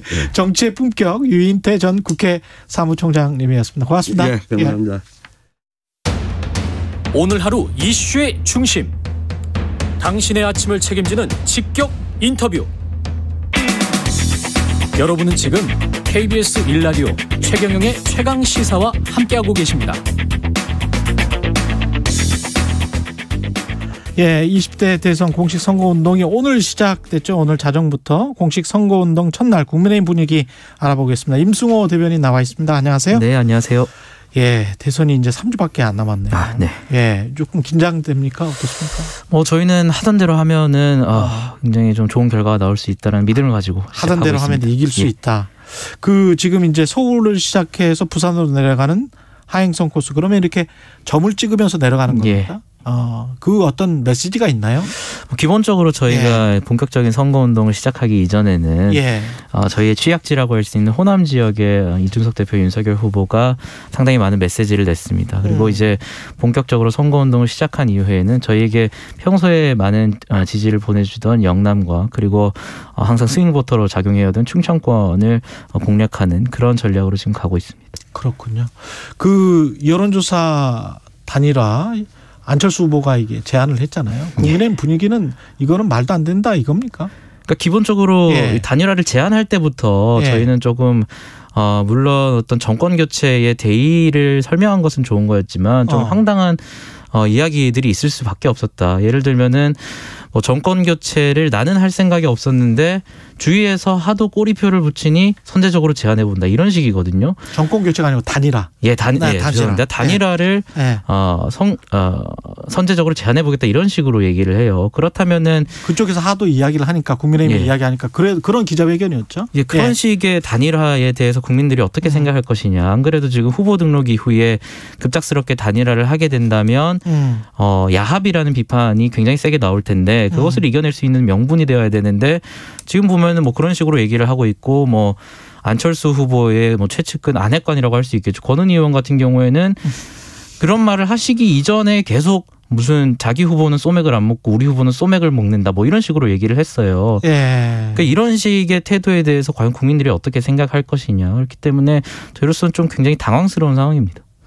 그렇군요. 그래도 이준석 대표도 왜 부처님 손 안에 손오공이 서로 간에 약간 좀 조롱을 그러니까 이게 갈수록 않았어요? 조금은 감정적인 측면도 부각되고 있고 그러니까 제가 말씀드린 어떤 이런 감정적인 측면을 이겨내기 위해서는 명분이라는 것이 굉장히 중요해졌는데 그럼에도 불구하고 지금 계속해서 뭐 오늘 보니 어제였나요? 뭐 최고위원 같은 경우에는 국민의당 최고위원 같은 경우에는 무슨 살찐 들쥐가 여의도 바닥을 쑤시고 다니는데 이런 SNS 게시물을 올리고 있더라고요. 가능하겠습니까 이게? 결국 가능하지 않다. 너무 감정이 서로 간에 상해 있다. 그리고 방식 자체도 뭐 여론조사의 단일화라는 것이 서울시장 선거 때는 사실 일부 여론조사에서는 처음에는 안철수 당시 후보가 더 앞서는 경우도 있었습니다. 근데 지금 같은 경우에는 윤석열 후보의 지지율이라는 것이 대부분 안철수 후보의 5배 이상 지지율이 나오는 상황에서 이런 상황에서 예를 들면 뭐 가을 야구를 하는데 준 플레이오프 하나도 안 거치고 한국 시리즈 붙여달라 이런 식의 격이기 때문에 뭐 지금 그때 방식을 똑같이 하겠다는 건데 왜 지금 안 받냐 이런 식으로 하는 거는 상황이 다르다는 걸 안철수 후보 본인이 제일 잘 알고 있을 겁니다. 그렇군요. 17일에 그 관훈클럽 초청으로 열릴 대선 후보 사자 토론 이거는 윤석열 후보만 불참 의사를 표명한 겁니까? 저희 후보만인지는 확인이 필요할 것 같은데요. 뭐 저희 당 같은 경우 저희 후보 같은 경우 지금 일정이 미리 짜여놓은 게 굉장히 지금 바쁘게 돌아가는 상황입니다. 오늘만 하더라도 지금 뭐 대전에 계신 분이 갑자기 2시간 뒤에 대구에 나타나고 이런 식의 일정이기 때문에 그렇군요. 그러니까 민주당 측에서는 또 이걸 가지고 뭐 우리 후보가 토론을 피한다 뭐 이런 식으로 얘기를 하던데 이미 법정 토론 이전에 2번의 토론회를 거치면서 이재명 후보의 전략이라는 것이 뭐 뜬금없이 우리 후보에게 백신 맞았냐 물어보고 거고 아니면은 뭐 신천지 얘기 갑자기 끄집어와가지고 그런 걸 전략으로 하는 상황에서 왜 그렇게 토론에 자신감이 센지는 모르겠습니다. 그래요. 그 신천지와 관련된 그 주장, 그러니까 신천지 압수수색이 어떤 그 미신적인 뭐 이런 것들 때문이었다. 압수수색 영장 기각이 민주당은 그런 주장이잖아요. 그거는 사실이 아닌가요? 뭐 전혀 사실이 아니고 그게 확산된 방식을 보면 전혀 근거 없이 일부 제기된 가짜 뉴스를 가지고 송영길 대표가 어디 회의에서 한번 얘기를 합니다. 그 이후에 사용하는 방식이 그런 것을 자기들이 확대 생산해 놓고 방송에 나와가지고 언론 보도가 됐다 이런 식으로 얘기를 하면서 민주당이 확대 재생산한 것이다. 이재명 후보도 토론회에서 그런 걸 얘기하고 있어요. 사실 뭐 신천지 간부였나 그거 같은 경우에는 민주당의 선대위원장의 어떤 신천지 간부 활동을 한 분이 드러나가지고 몇 달 전에 사퇴를 하는 것도 있었다라고 하는데 그런 식이면은 신천지와 관련해서 누구와 더 유착관계 있냐 이런 부분에 있어서 국민들이 잘 판단을 해주실 것이라고 봅니다. 그러니까 미신이나 무속이나 이런 것과는 윤석열 후보는 별다른 상관이 없다 이런 말씀이신 것 같고요. 윤석열 후보의 그 적폐수사 발언은 방금 전에 이제 유인태 사무총장님도 말씀을 하셨는데 이게 이야기를 해놓고 나서 보니까 정치적으로 봤을 때는 선거에는 별로 유리한 발언은 아니었다고 판단이 되어지는데 국민의힘은 어떻게 생각하고 있습니까? 뭐 여론조사마다 좀 다른 것 같습니다. 일부 여론조사는 오히려 지금 지지율이 더 벌어지는 지지율도 나오는데 뭐 일부 여론조사 같은 경우에는 이재명 후보가 많이 결집하는 모양새도 보여요. 근데 이 결집이라는 것이 저는 이후에 민주당 의원들이 대하는 어떤 태도에 있어서 굉장히 역풍이 불 가능성이 크다. 지금 뭐 고민정 의원 비롯해서 민주당 의원들이 조금 계속해서 한 발씩 더 나가고 있어요. 예를 들어서 뭐 윤석열 후보가 집권을 하면은 2009년에 아픔이 재현될 수 있다. 뭐 이런 식으로 얘기를 하고 있거든요. 그러니까 노무현 대통령이 계속해서 선거 전략으로 이용하고 있는 측면이 있어요. 뭐 몇 주 전만 하더라도 민주당 공식 채널에 뭐 일베 로고가 섞인 어떤 유튜브 영상을 공식적으로 게재하는 일이 있었는데 지금 계속해서 노무현 대통령을 정치적 선거적 전략으로 이용하는 부분에 있어서 소위 말하는 친문 세력의 결집이라는 것이 굉장히 빠르게 와해될 수 있고 역풍이 불 수 있을 것이다 이렇게 생각합니다. 이재명 후보의 리스크라고 할까요? 지금 선거 한 20여일 남았는데 그거는 국민의힘 뭐라고 생각하세요? 저는 이재명 후보의 리스크 자체는 굉장히 많죠. 뭐 전과 이런 얘기는 뭐 이제 할 필요가 없을 것 같고 저는 뭐요? 전과 사범 뭐 이런 얘기는 이미 다 드러나는 리스크고요.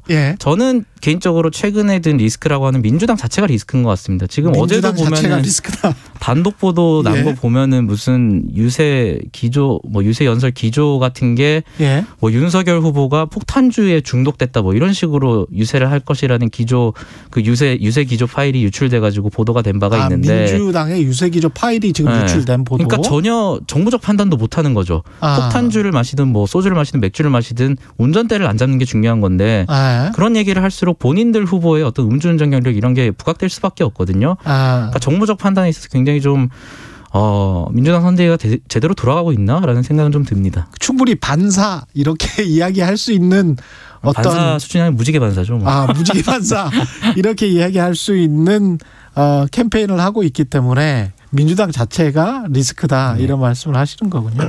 그 윤석열 후보 그 열차 좌석 그 구들바 올린 거 있잖아요.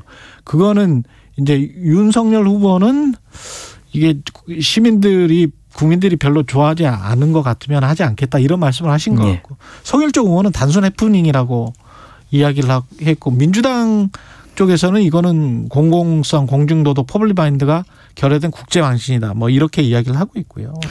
뭐 당연히 잘못된 일이죠. 이준석 대표도 언급했듯이 뭐 여러 가지 상황이 있었지만 이런 상황을 불구하고 굉장히 죄송한 일이고 그래서 또 저희가 그 좌석을 자체적으로 천소를 하고 반납한 상태인데 뭐 지금 진성준 의원인가요? 굉장히 좀 흥분을 하셔가지고 국제적 망신이다 이런 식으로 얘기를 하고 계세요. 그래서 며칠째 이 이슈를 좀 끌고 가려는 모양새가 있는데 뭐 저희는 이재명 후보가 뭐 저번 달이었나요? 선거유세는 아니죠. 뭐 개인 방송 같은 걸 하다가 지하철에서 뭐 임산부 배려석에 앉아가지고 그 이야기는 서인적 의원이 또 여기서도 했어요. 기사가 난 적이 있는데 뭐 저희는 그렇다고 해서 이재명 후보가 뭐 임산부를 무시하고 임산부에 대한 배려가 없다 이런 식으로 공격하긴 싫어요. 그러니까 좀 네거티브 하지 말고 정책 비전 얘기한 쪽이 먼저 민주당 얘기 아닙니까? 이렇게 좀 자신들의 얘기를 좀 지켜주셨으면 합니다. 남은 시간이 얼마 안 남았는데 최대 변수는 뭐라고 보세요? 뭐 최대 변수라고 할 것은 없고 뭐 저희는 이대로 가면 된다. 왜냐하면 저희는 지금 사실상 1등 후보라고 굳혀야 되는 상황이기 때문에 판단하고 있다. 예, 저희는 뭐 특별히 어떤 선거 전략 바꿀 계획은 없고 특히 선거 전략에 있어서 어제부터 유세의 힘이라는 어플리케이션을 통해서 일반인 분들이 유세차에 오를 수 있는 기회를 열었고 그것이 서울시장 선거에서 굉장히 큰 효과를 봤기 때문에 뭐 그런 식의 어떤 지지율을 벌리는 전략을 쓸 계획입니다. 알겠습니다. 임승호 국민의힘 대변인이었습니다. 고맙습니다. 네, 감사합니다.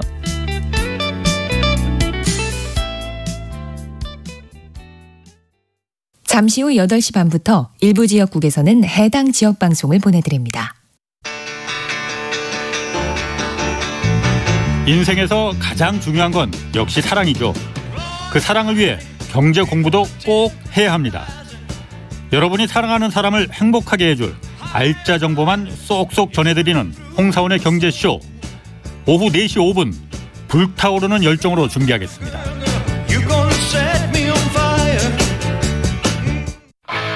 야심차게 시작한 2022년인데 이렇게 살아도 되나 걱정되나요?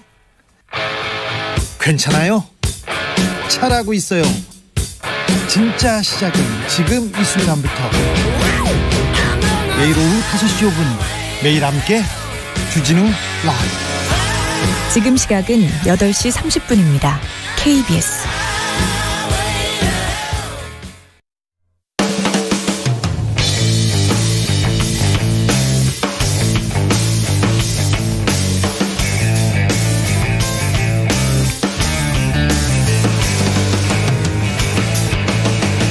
최경영의 최강 시사. 네, 정부가 고위험군을 중심으로 이달 말부터 코로나19 백신 4차 접종을 시행할 예정입니다. 구체적인 내용과 계획을 코로나19 예방접종 대응 추진단 접종기획팀의 황경원 팀장과 이야기 나눠보겠습니다. 안녕하세요. 네, 안녕하세요. 예, 2월 말부터 4차 백신 접종을 시행하겠다. 이게 4차 접종을 시행해야 됩니까? 정부는 그렇게 판단하고 있습니까? 네, 우선 좀 배경에 대한 설명을 드려야 될 것 같습니다. 예. 잘 아시는 것처럼 최근에 오미크론 변이가 우세종화되면서 확진자가 급격하게 증가하고 있습니다. 좀 많은 분들이 오미크론 변이는 중증염이 낮다 이렇게 이제 생각하고 계신데 사실 고위험군의 경우에는 상황이 조금 다르다고 봐야 됩니다. 예. 뭐 이스라엘 사례가 많이 보도되고 있는데 이스라엘이 오미크론 변이 우세종화 이후에 오히려 중증 사망이 증가하고 있는 추세이고 우리나라의 역학조사도 보니까 면역 저하자나 요양병원 시설 같은 경우에는 면역 형성이 어렵다거나 3차 접종을 좀 빨리 시행했다는 이런 특성들 때문에 최근에 돌파 감염도 증가하고 있고 누적 위중증이나 사망 위험도 높아지고 있는 추세입니다. 이런 것들 고려해서 고위험군들에 대한 중증 사망 예방을 목적으로 어제 4차 접종 계획을 발표드렸습니다. 아주 간단하게 제가 정리를 해보면 4차 접종을 해야 고위험군 그러니까 어르신들이 혹시 모를 감염 그다음에 그렇게 해서 사망할 위험이 많이 줄어든다 이렇게 지금 판단하고 있는 겁니까? 네, 그 어르신이라고 말씀드리긴 조금 어려울 것 같고 되게 한정돼 있는 대상군 자분들입니다. 면역 저하자분들은 면역 형성 자체가 사실 잘 안 되시는 분들입니다. 여러 차례 접종해도 잘 안 되시는 분들이기 때문에 많은 나라들이 별도의 가이드라인을 만들어서 3차, 4차 접종을 시행하고 있고요. 그리고 요양병원, 요양시설은 이분들이 면역 저하자에 준할 만큼 고령이시거나 기저질환이 많은 경우도 있고 추가로 잘 아시는 것처럼 요양병원에 집단 발생이 자주 발생하고 있고 발생하게 되면 사망자도 많이 발생하기 때문에 이스라엘이나 뭐 독일도 최근에 이제 시행을 하겠다고 발표했는데 이런 외국에서도 요분들 가장 먼저 4차 접종을 시행을 하고 있습니다. 그래서 일반 고령층에 대해서는 아직까지 고려하고 있지 않고 요 두 가지 면역 저하자와 요양병원, 요양시설만 일단 대상으로 하고 있습니다. 네, 고위험군 중심으로 하니까 저는 뭐 60세 이상이랄지 65세 이상 이렇게 생각을 했었는데 그게 아니고 면역 저하자 130만 명하고 요양병원 시설 입원 입소자 등 한 50만 명. 그렇습니다. 네. 예. 이게 이렇게 맞고 나면 그분들은 좀 괜찮아집니까? 확실히 이게 어떻게 보세요? 그때 3차 우리가 접종을 했을 때도 부스터샷 맞을 때도 굉장히 항체 형성이 뭐 수십 배 되고 뭐 이런 이야기를 했잖아요. 근데 이게 지속되는 기간이 그 3차를 부스터샷을 맞아도 이게 지속되는 기간이 그렇게 길지 않은 겁니까?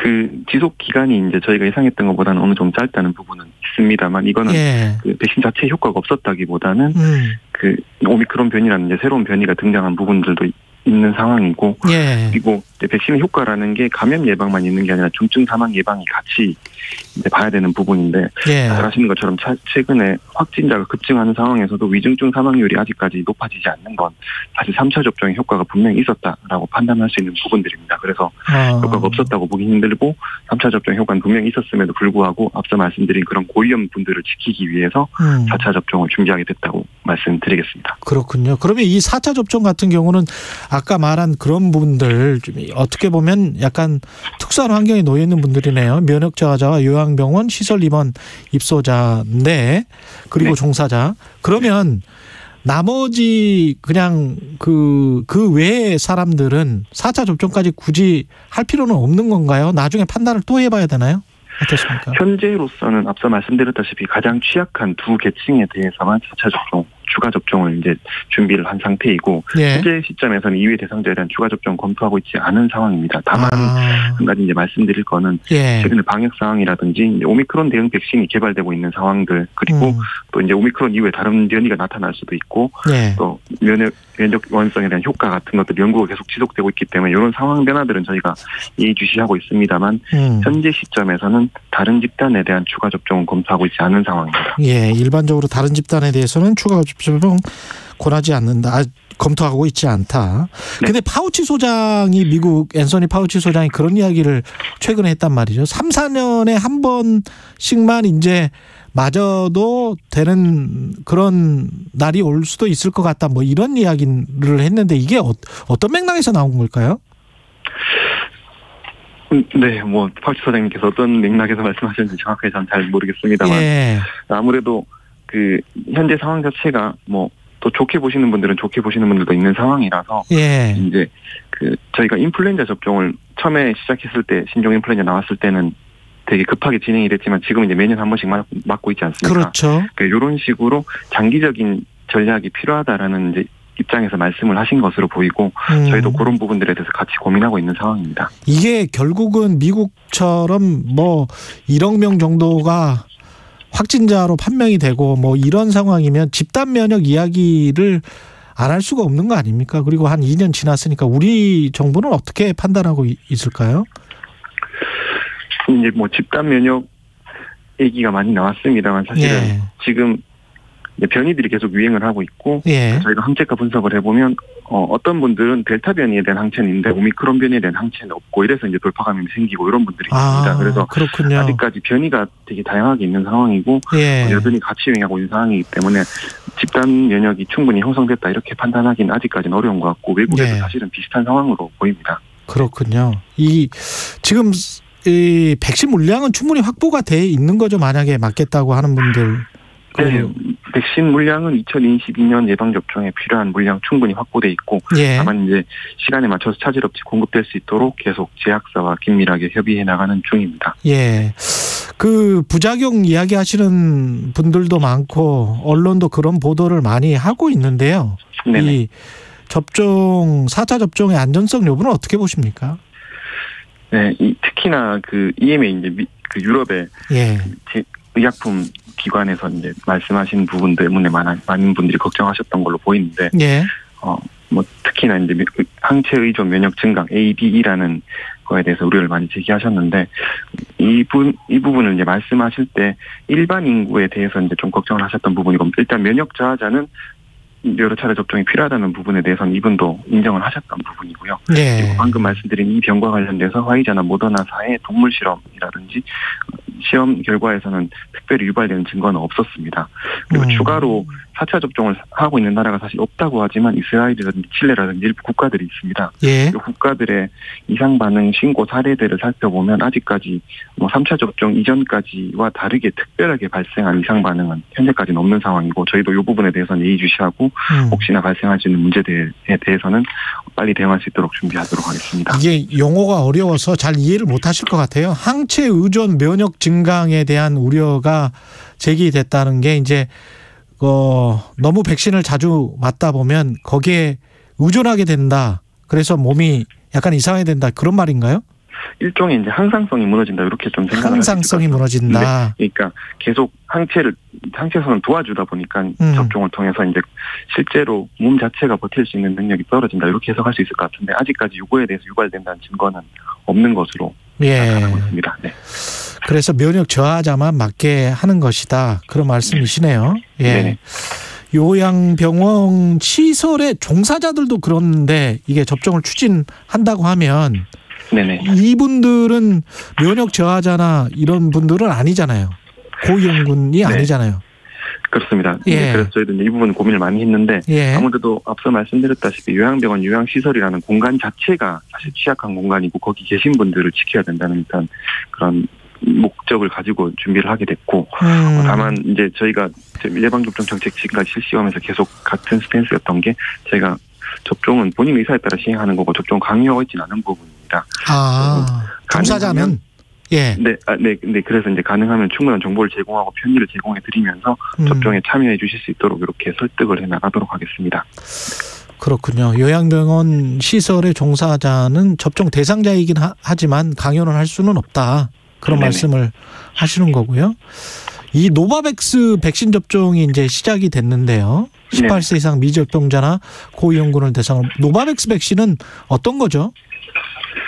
노바백스 백신의 가장 중요한 특징은 아무래도 이제 많은 분들이 얘기하시는 것처럼 제조 방식일 텐데, 예. 뭐 유전자 제조합이라 하기도 하고 단백질 제조합 합성 항원 뭐 이런 식으로 이름이 불리고 있는데 B형 감염이나 HPV나 인플루엔자 백신을 제조할 때 쓰는 방식입니다. 아마 지금 기자님도 이 셋 중에 하나는 아마 맞아보셨을 거거든요. 저는 아스트라제네카 모더나 맞았어요. 그게 아니라 B형 감염, HPV, 인플루엔자 백신은 아마 매년 맞으시니까 맞아보신 경험이 있을 겁니다. 그래서 이 플랫폼 자체가 많이 썼던 플랫폼이라서 많은 분들이 익숙하신 방식이라는 점에서 그렇군요. 이제 안전성에 대한 문제가 없다고 이제 많은 분들이 얘기하시는데 저희가 이제 그 부분에 대해서는 계속 팔로우를 하겠습니다만 아무래도 그런 전통적인 방식이라는 특징 때문에 긍정적인 부분이 있을 것으로 보고 있습니다. 우리가 어렸을 때부터 많이 맞았던 그런 백신의 일종이다.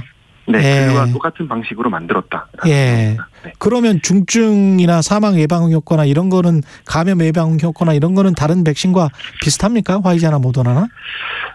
네, 우선은 이 백신 자체가 모든 백신은 효과성, 안전성을 식약처에서 입증을 해주십니다. 그렇죠. 이걸 바탕으로 품목 허가를 하는데 1월 12일에 식약처에서 품목 허가하실 때 이 부분들은 충분히 보셨고 앞서 말씀드린 유럽의약품청이라든지 WHO도 긴급 사용 승인을 할 때 이 부분들은 보셨던 부분입니다. 현재 노바백스사가 제시한 내용에 따르면은 2차까지 완료하신 경우에는 이제 백신 접종하신 분들에서 접종하지 않으신 분들에 비해 90% 이상 감염 예방 효과가 있다라고 나타나고 있고 이 연구는 우리나라에서 한 건 아니고 영국과 미국에서 한 4만 명 정도를 대상으로 시행했던 연구라서 충분히 인정될 수 있는 부분으로 보입니다. 그러네요. 비슷하다고 봐야 되겠네요. 그러면 화이자 모더나와 어떤 효과 면에서는 비슷하다.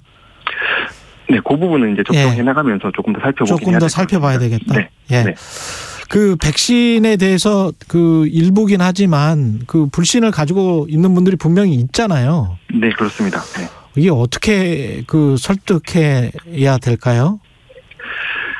우선은 사실은 뭐 접종률에 대해서 많은 분들이 걱정을 하셨음에도 불구하고 현재 2차까지 접종하신 분들이 80% 중반까지 높아져 있고 사실 성인 대상으로만 하면은 거의 97%라서 성인 100명 중에 97명이 접종을 하신 상태입니다. 이렇게 많은 접종을 해주신 나라가 사실 거의 없는 상황이라서 접종 담당하고 있는 사람으로서는 감사하게 많이 생각하고 나머지 분들은 이제 사실 다양한 사유가 있을 것으로 보입니다. 뭐 이상 반응에 대한 걱정도 있으실 수 있고 아니면 입원 환자시거나 뭐 거동이 불편하시거나 이런 다양한 사유로 접종을 못 하시는 분들이 있을 텐데 그 이상 반응에 대한 불신 이런 분들은 이제 아무래도 노바백스라든지 다른 백신들을 제공을 드리면서 충분히 정보를 제공해 드릴 예정이고 그리고 앞서 말씀드린 맞고 싶지만 물리적 제약 등으로 맞지 못하시는 분들에 대해서는 저희가 노바백스 도입되면서 찾아가는 접종에 대해서 조금 더 활발하게 진행을 하면서 접종률 높이도록 노력하겠습니다. 마지막으로 지금 위중증 환자 사망자 숫자 이게 이번 주부터 좀 증가할 것이라고 예상되고 있고 결국은 이제 병원이 얼마나 많이 수용할 수 있느냐 그 적정 한도치를 넘느냐 안 넘느냐인데 어떻게 보세요? 이 부분은? 네, 말씀하신 것처럼 지금 오미크론 변이 확산이 가속화되고 있으면서 확진자 수가 이제 3주 연속 2배 더블링 되고 있는 상황인데 다만 아직까지는 앞서 말씀드렸다시피 접종 효과 등으로 인해서 위중증이나 사망 환자는 소폭으로 증가하고 있는 상황이고 급격하게 증가하지는 않습니다. 네, 그 말씀 주신 것처럼 사실 고위험군들 중심으로 그 중증 사망도 높아질 수 있는 상황이기 때문에 이 부분들에 대해서는 저희가 아까 처음 모두 말씀하셨듯이 4차 접종 계획 통해서 접종도 진행할 예정이고. 먹는 치료제는 혹시 조금 맞습니다. 좀 효과가 있습니까? 네, 먹는 치료제의 효과도 지금 있는 것으로 판단을 하고 있습니다. 그 임상 결과나 뭐 이런 게 좀 나왔나요? 지금 시행을 하고 있기 때문에 며칠 지나서요. 예. 네, 이 부분에 대해서는 추가적으로 혹시 정보가 있으면 별도로 브리핑 등을 통해서 말씀드리도록 하겠습니다. 네. 알겠습니다. 여기까지 하겠습니다. 코로나19 예방접종 대응 추진단의 접종기획팀 황경원 팀장님이었습니다. 고맙습니다. 네, 감사합니다. 예, KBS 1라디오 최경영의 최강시사 듣고 계신 지금 시각 8시 44분입니다. 이 시각 교통 상황입니다. 지하철 5호선 동대문 역사문화공원역에서 광화문역 방향으로 집회 인원들이 승하차를 반복하는 집회를 하고 있습니다. 이 여파로 5호선 방화 방향 열차 운행이 지연되고 있습니다. 지하철 이용에 참고하시기 바랍니다. 분당 수서로 청담대교 방향으로는 복정에서 탄천 1교까지 밀리는데요. 복정 조금 지나 2, 3차로에서 사고를 처리하고 있습니다. 내부순환도로 성수 방향으로 홍지문 터널 한 3차로에 고장난 차가 있어서 홍제램프부터 막히고요. 성산 방향으로는 정릉터널부터 홍제램프까지 밀립니다. KBS 교통정보센터에서 이승미였습니다.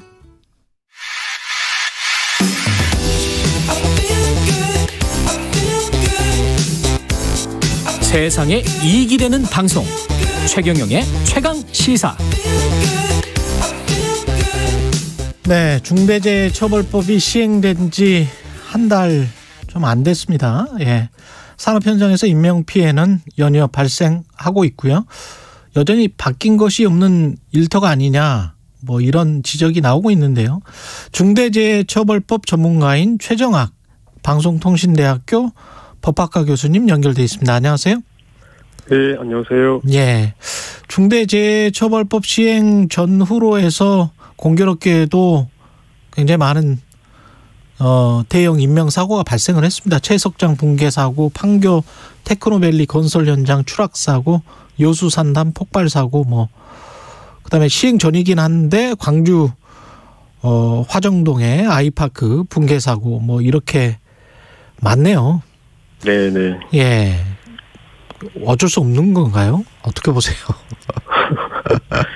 그렇게 이제 지금 어쩔 수 없다라고 하는 그런 생각이 지금까지 우리나라에서 이렇게 산업재해를 사실 많이 발생시켰다, 그런 원인이 됐다, 이렇게 말할 수도 있죠, 사실. 그렇죠. 그러니까 안전 조치를 충분히 해야 되는데 하지 않고 사고가 나는 것은 어쩔 수 없다. 건설을 하다 보면 기업이 뭘 하다 보면 위험한 일을 하다 보면 불가피하게 사고가 나고 그로 인해서 피해가 발생할 수도 있다. 이런 생각이 너무 지금까지 이제 지배적이었기 때문에 많았다, 이렇게 볼 수 있죠. 중대재해처벌법이 시행된 다음에는 즉각적으로 뭔가 효과가 나타난다고 기대하기는 힘들 것 같긴 합니다만은 어떤 기대되는 효과가 있으니까 이제 법을 시행했을 거란 말이죠. 그렇죠. 예, 사고 예방 효과가 어떻게 보세요? 그러니까 이 중대재해법은 이제 기존의 그 산업안전보건법하고 가장 중요한 차이가 결국 그 경영자 그리고 기업을 이제 직접 강하게 처벌한다, 이거거든요. 예. 그렇게 하는 이유는 결국 무엇보다도 이제 예방 효과, 그러니까 현장에서의 안전장치를 직접 경영자가 책임지고 설치하고 감독하고 관리해라. 이런 의무를 준 거로 볼 수가 있는데. 예. 그러면서 이제 법을 만들고 1년간 그 법의 시행을 이제 1년 뒤부터 시행을 했으니까 1년 동안에 그런 준비를 해라, 이런 이제 의미로 볼 수가 있는 거죠. 아, 그렇군요. 그런데 사실 지금까지 1년 동안 우리 기업이 그러면 그런 준비를 했느냐? 거기에 대해서는 상당히 좀 의문스럽다, 이렇게 생각이 듭니다. 상당히 회의적이다. 직접 강하게 처벌은 할 수 있도록 지금 현재 시행되는 중대재해처벌법이 그렇게는 돼 있습니까? 그렇죠. 사업주 이제 경영 책임자의 의무 위반 사실이 확인이 되고, 그리고 이제 중대재해, 즉 이제 사망하고 또는 이제 다수의 부상 이런 결과가 발생을 하면은 경영 책임자를 상당히 무겁게 처벌할 수 있도록 돼 있죠. 그러면 아까 제가 서두에 말씀드렸던 무슨 삼표 산업의 석재 최치장 토사붕괴 사고, 요진건설의 승강기 작업자 추락 사고, 여천 NCC의 폭발 사고, 뭐 이런 것도 사업주 처벌이 가능합니까? 어떻습니까? 그렇죠. 이제 수사 결과에 따라서는 이제 지금 중대재해처벌법 법하고 또 시행령에 이제 경영 책임자의 의무가 구체적으로 이제 마련이 돼 있거든요. 예. 그런 의무 위반 사실이 드러나고, 예. 그것이 이제 사망의 결과하고 관계가 있다.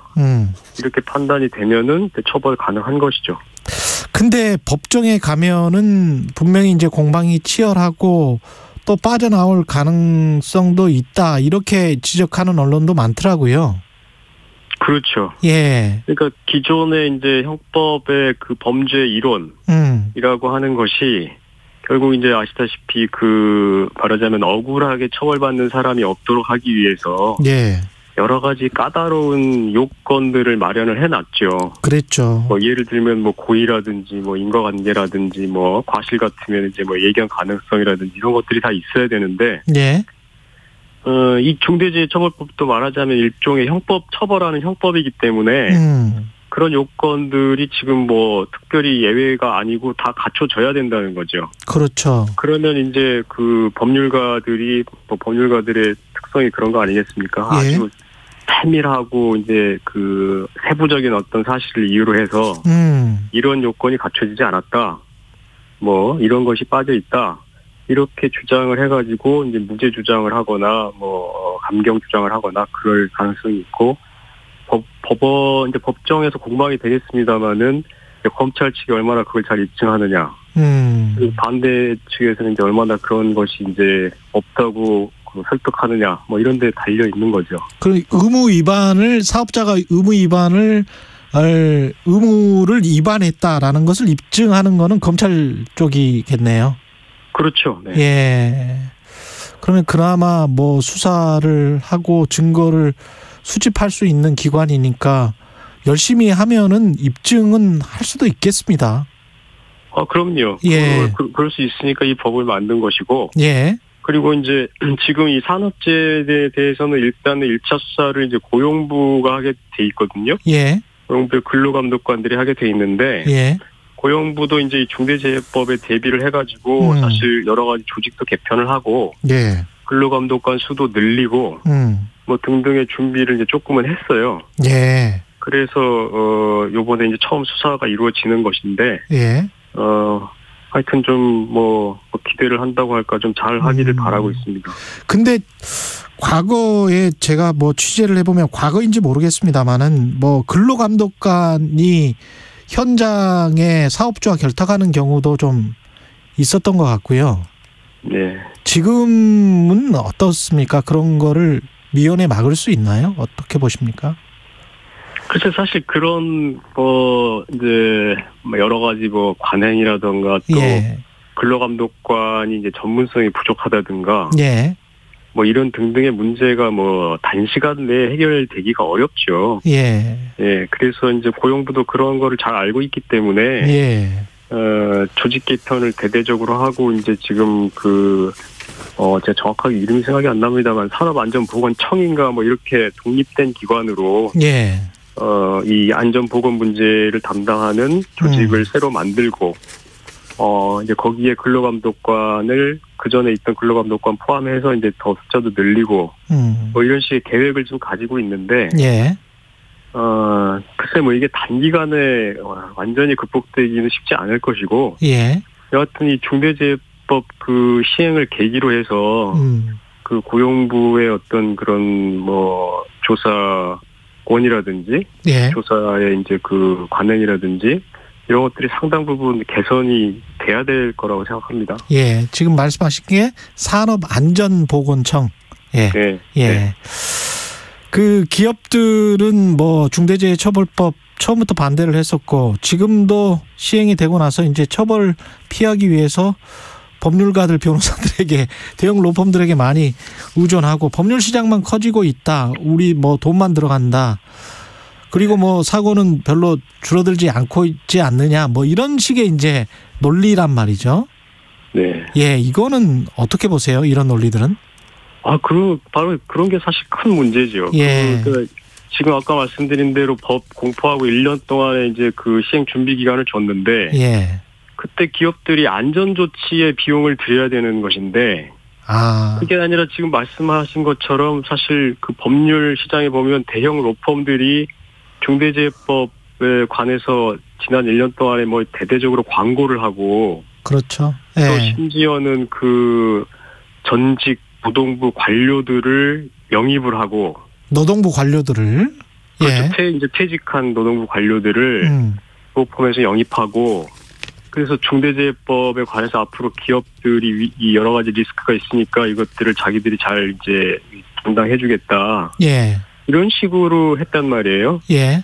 너무 안타까운 일이죠. 사실 사고가 벌어지고 나서 그 뒤에 이렇게 그 어떤 변호 비용으로 돈을 쓸 것이 아니고 그 돈을 안전장치를 확보하는 데 쓰면은 그렇죠. 이것이 바로 이 중대재해법이 의도하는 그 산업재해 예방 효과인데 사람도 살리고 그럼요. 예. 그런데 지금 이게 아주 거꾸로 가고 있는 상황이 정말 안타까운 것이죠. 그리고 예. 기업 범죄, 그러니까 이제 안전 범죄도 사실 이제 기업 범죄 하나라고 할 수 있는데, 예. 바로 기업 범죄의 문제가 바로 이런 데 있습니다. 그렇죠. 범죄를 예방하는 뭐 이런 좋은 쪽으로 돈을 쓰는 것이 아니라, 기업의 막강한 경제력을 이렇게 법망을 피해가거나, 뭐 나중에 변호를 하거나 수사를 뭐 방해한다든가. 이런 데다가 쓰고 있다는 게 아주 심각한 문제죠. 그런 식으로 해서 편법적이고 탈법적인 부조리를 계속 양산해내는 그런 시스템 구조가 분명히 한국 사회에 있는데, 이게 제가 좀 걱정되는 게 이제 하다가 기업들이 로비도 굉장히 많고, 그리고 워낙 그 정관들이랄지 뭐 법률가들을 동원을 할 거기 때문에 하면서 법은 이렇게 돼 있지만 혹시 뭐 시행령이랄지 규칙이랄지 조그만한 것들을 슬쩍슬쩍 바꿔서 대충 과거로 돌아가려고 하는 뭐 그런 일이 많이 있었기 때문에 혹시 그런 거는 걱정 안 되세요? 그런 것도 당연히 걱정이 되고요. 예. 근데 그거보다 사실 저는 더 우려가 되는 것이 이렇게 이제 아까 말씀하신 대로 실제 사건이 이제 법정으로 갔을 때 뭐 여러 가지 어떤 걸 우리가 이제 아직 예상할 수도 없는데 어떤 이유든 간에 이게 이제 무죄 판단이 나오거나 또는 아주 가벼운 처벌이 나왔을 때 이 중대재해법마저도 이제 별거 없다. 그렇죠. 이렇게 무력화될 가능성이 그게 더 우려가 되는 거죠. 그냥 법원이 정말 좀 엄격하게 판단을 잘해줘야 되는 거네요. 그렇죠. 검찰하고 법원이 좀 잘해줘야 되는데 이렇게 이제 법은 잘이라기보다도 좀 엄하게 만들어 놨는데 이게 실제 집행이 별로 뭐 안 된다. 그러면 뭐 이게 그 원래 의도했던 그 효과나 이런 것들을 전혀 가질 수가 없는 거죠. 결국은 집행하는 준사법기관이라고 자처하는 검찰과 사법부인 법원이 잘 판단을 해야 된다. 그런 말씀이십니다. 예. 그렇죠. 네. 고맙습니다. 지금까지 최정학 방송통신대학교 법학과 교수님이었습니다. 고맙습니다. 네, 감사합니다. 예, 2월 15일 화요일 KBS 1라디오 최경영의 최강시사였습니다. 고맙습니다.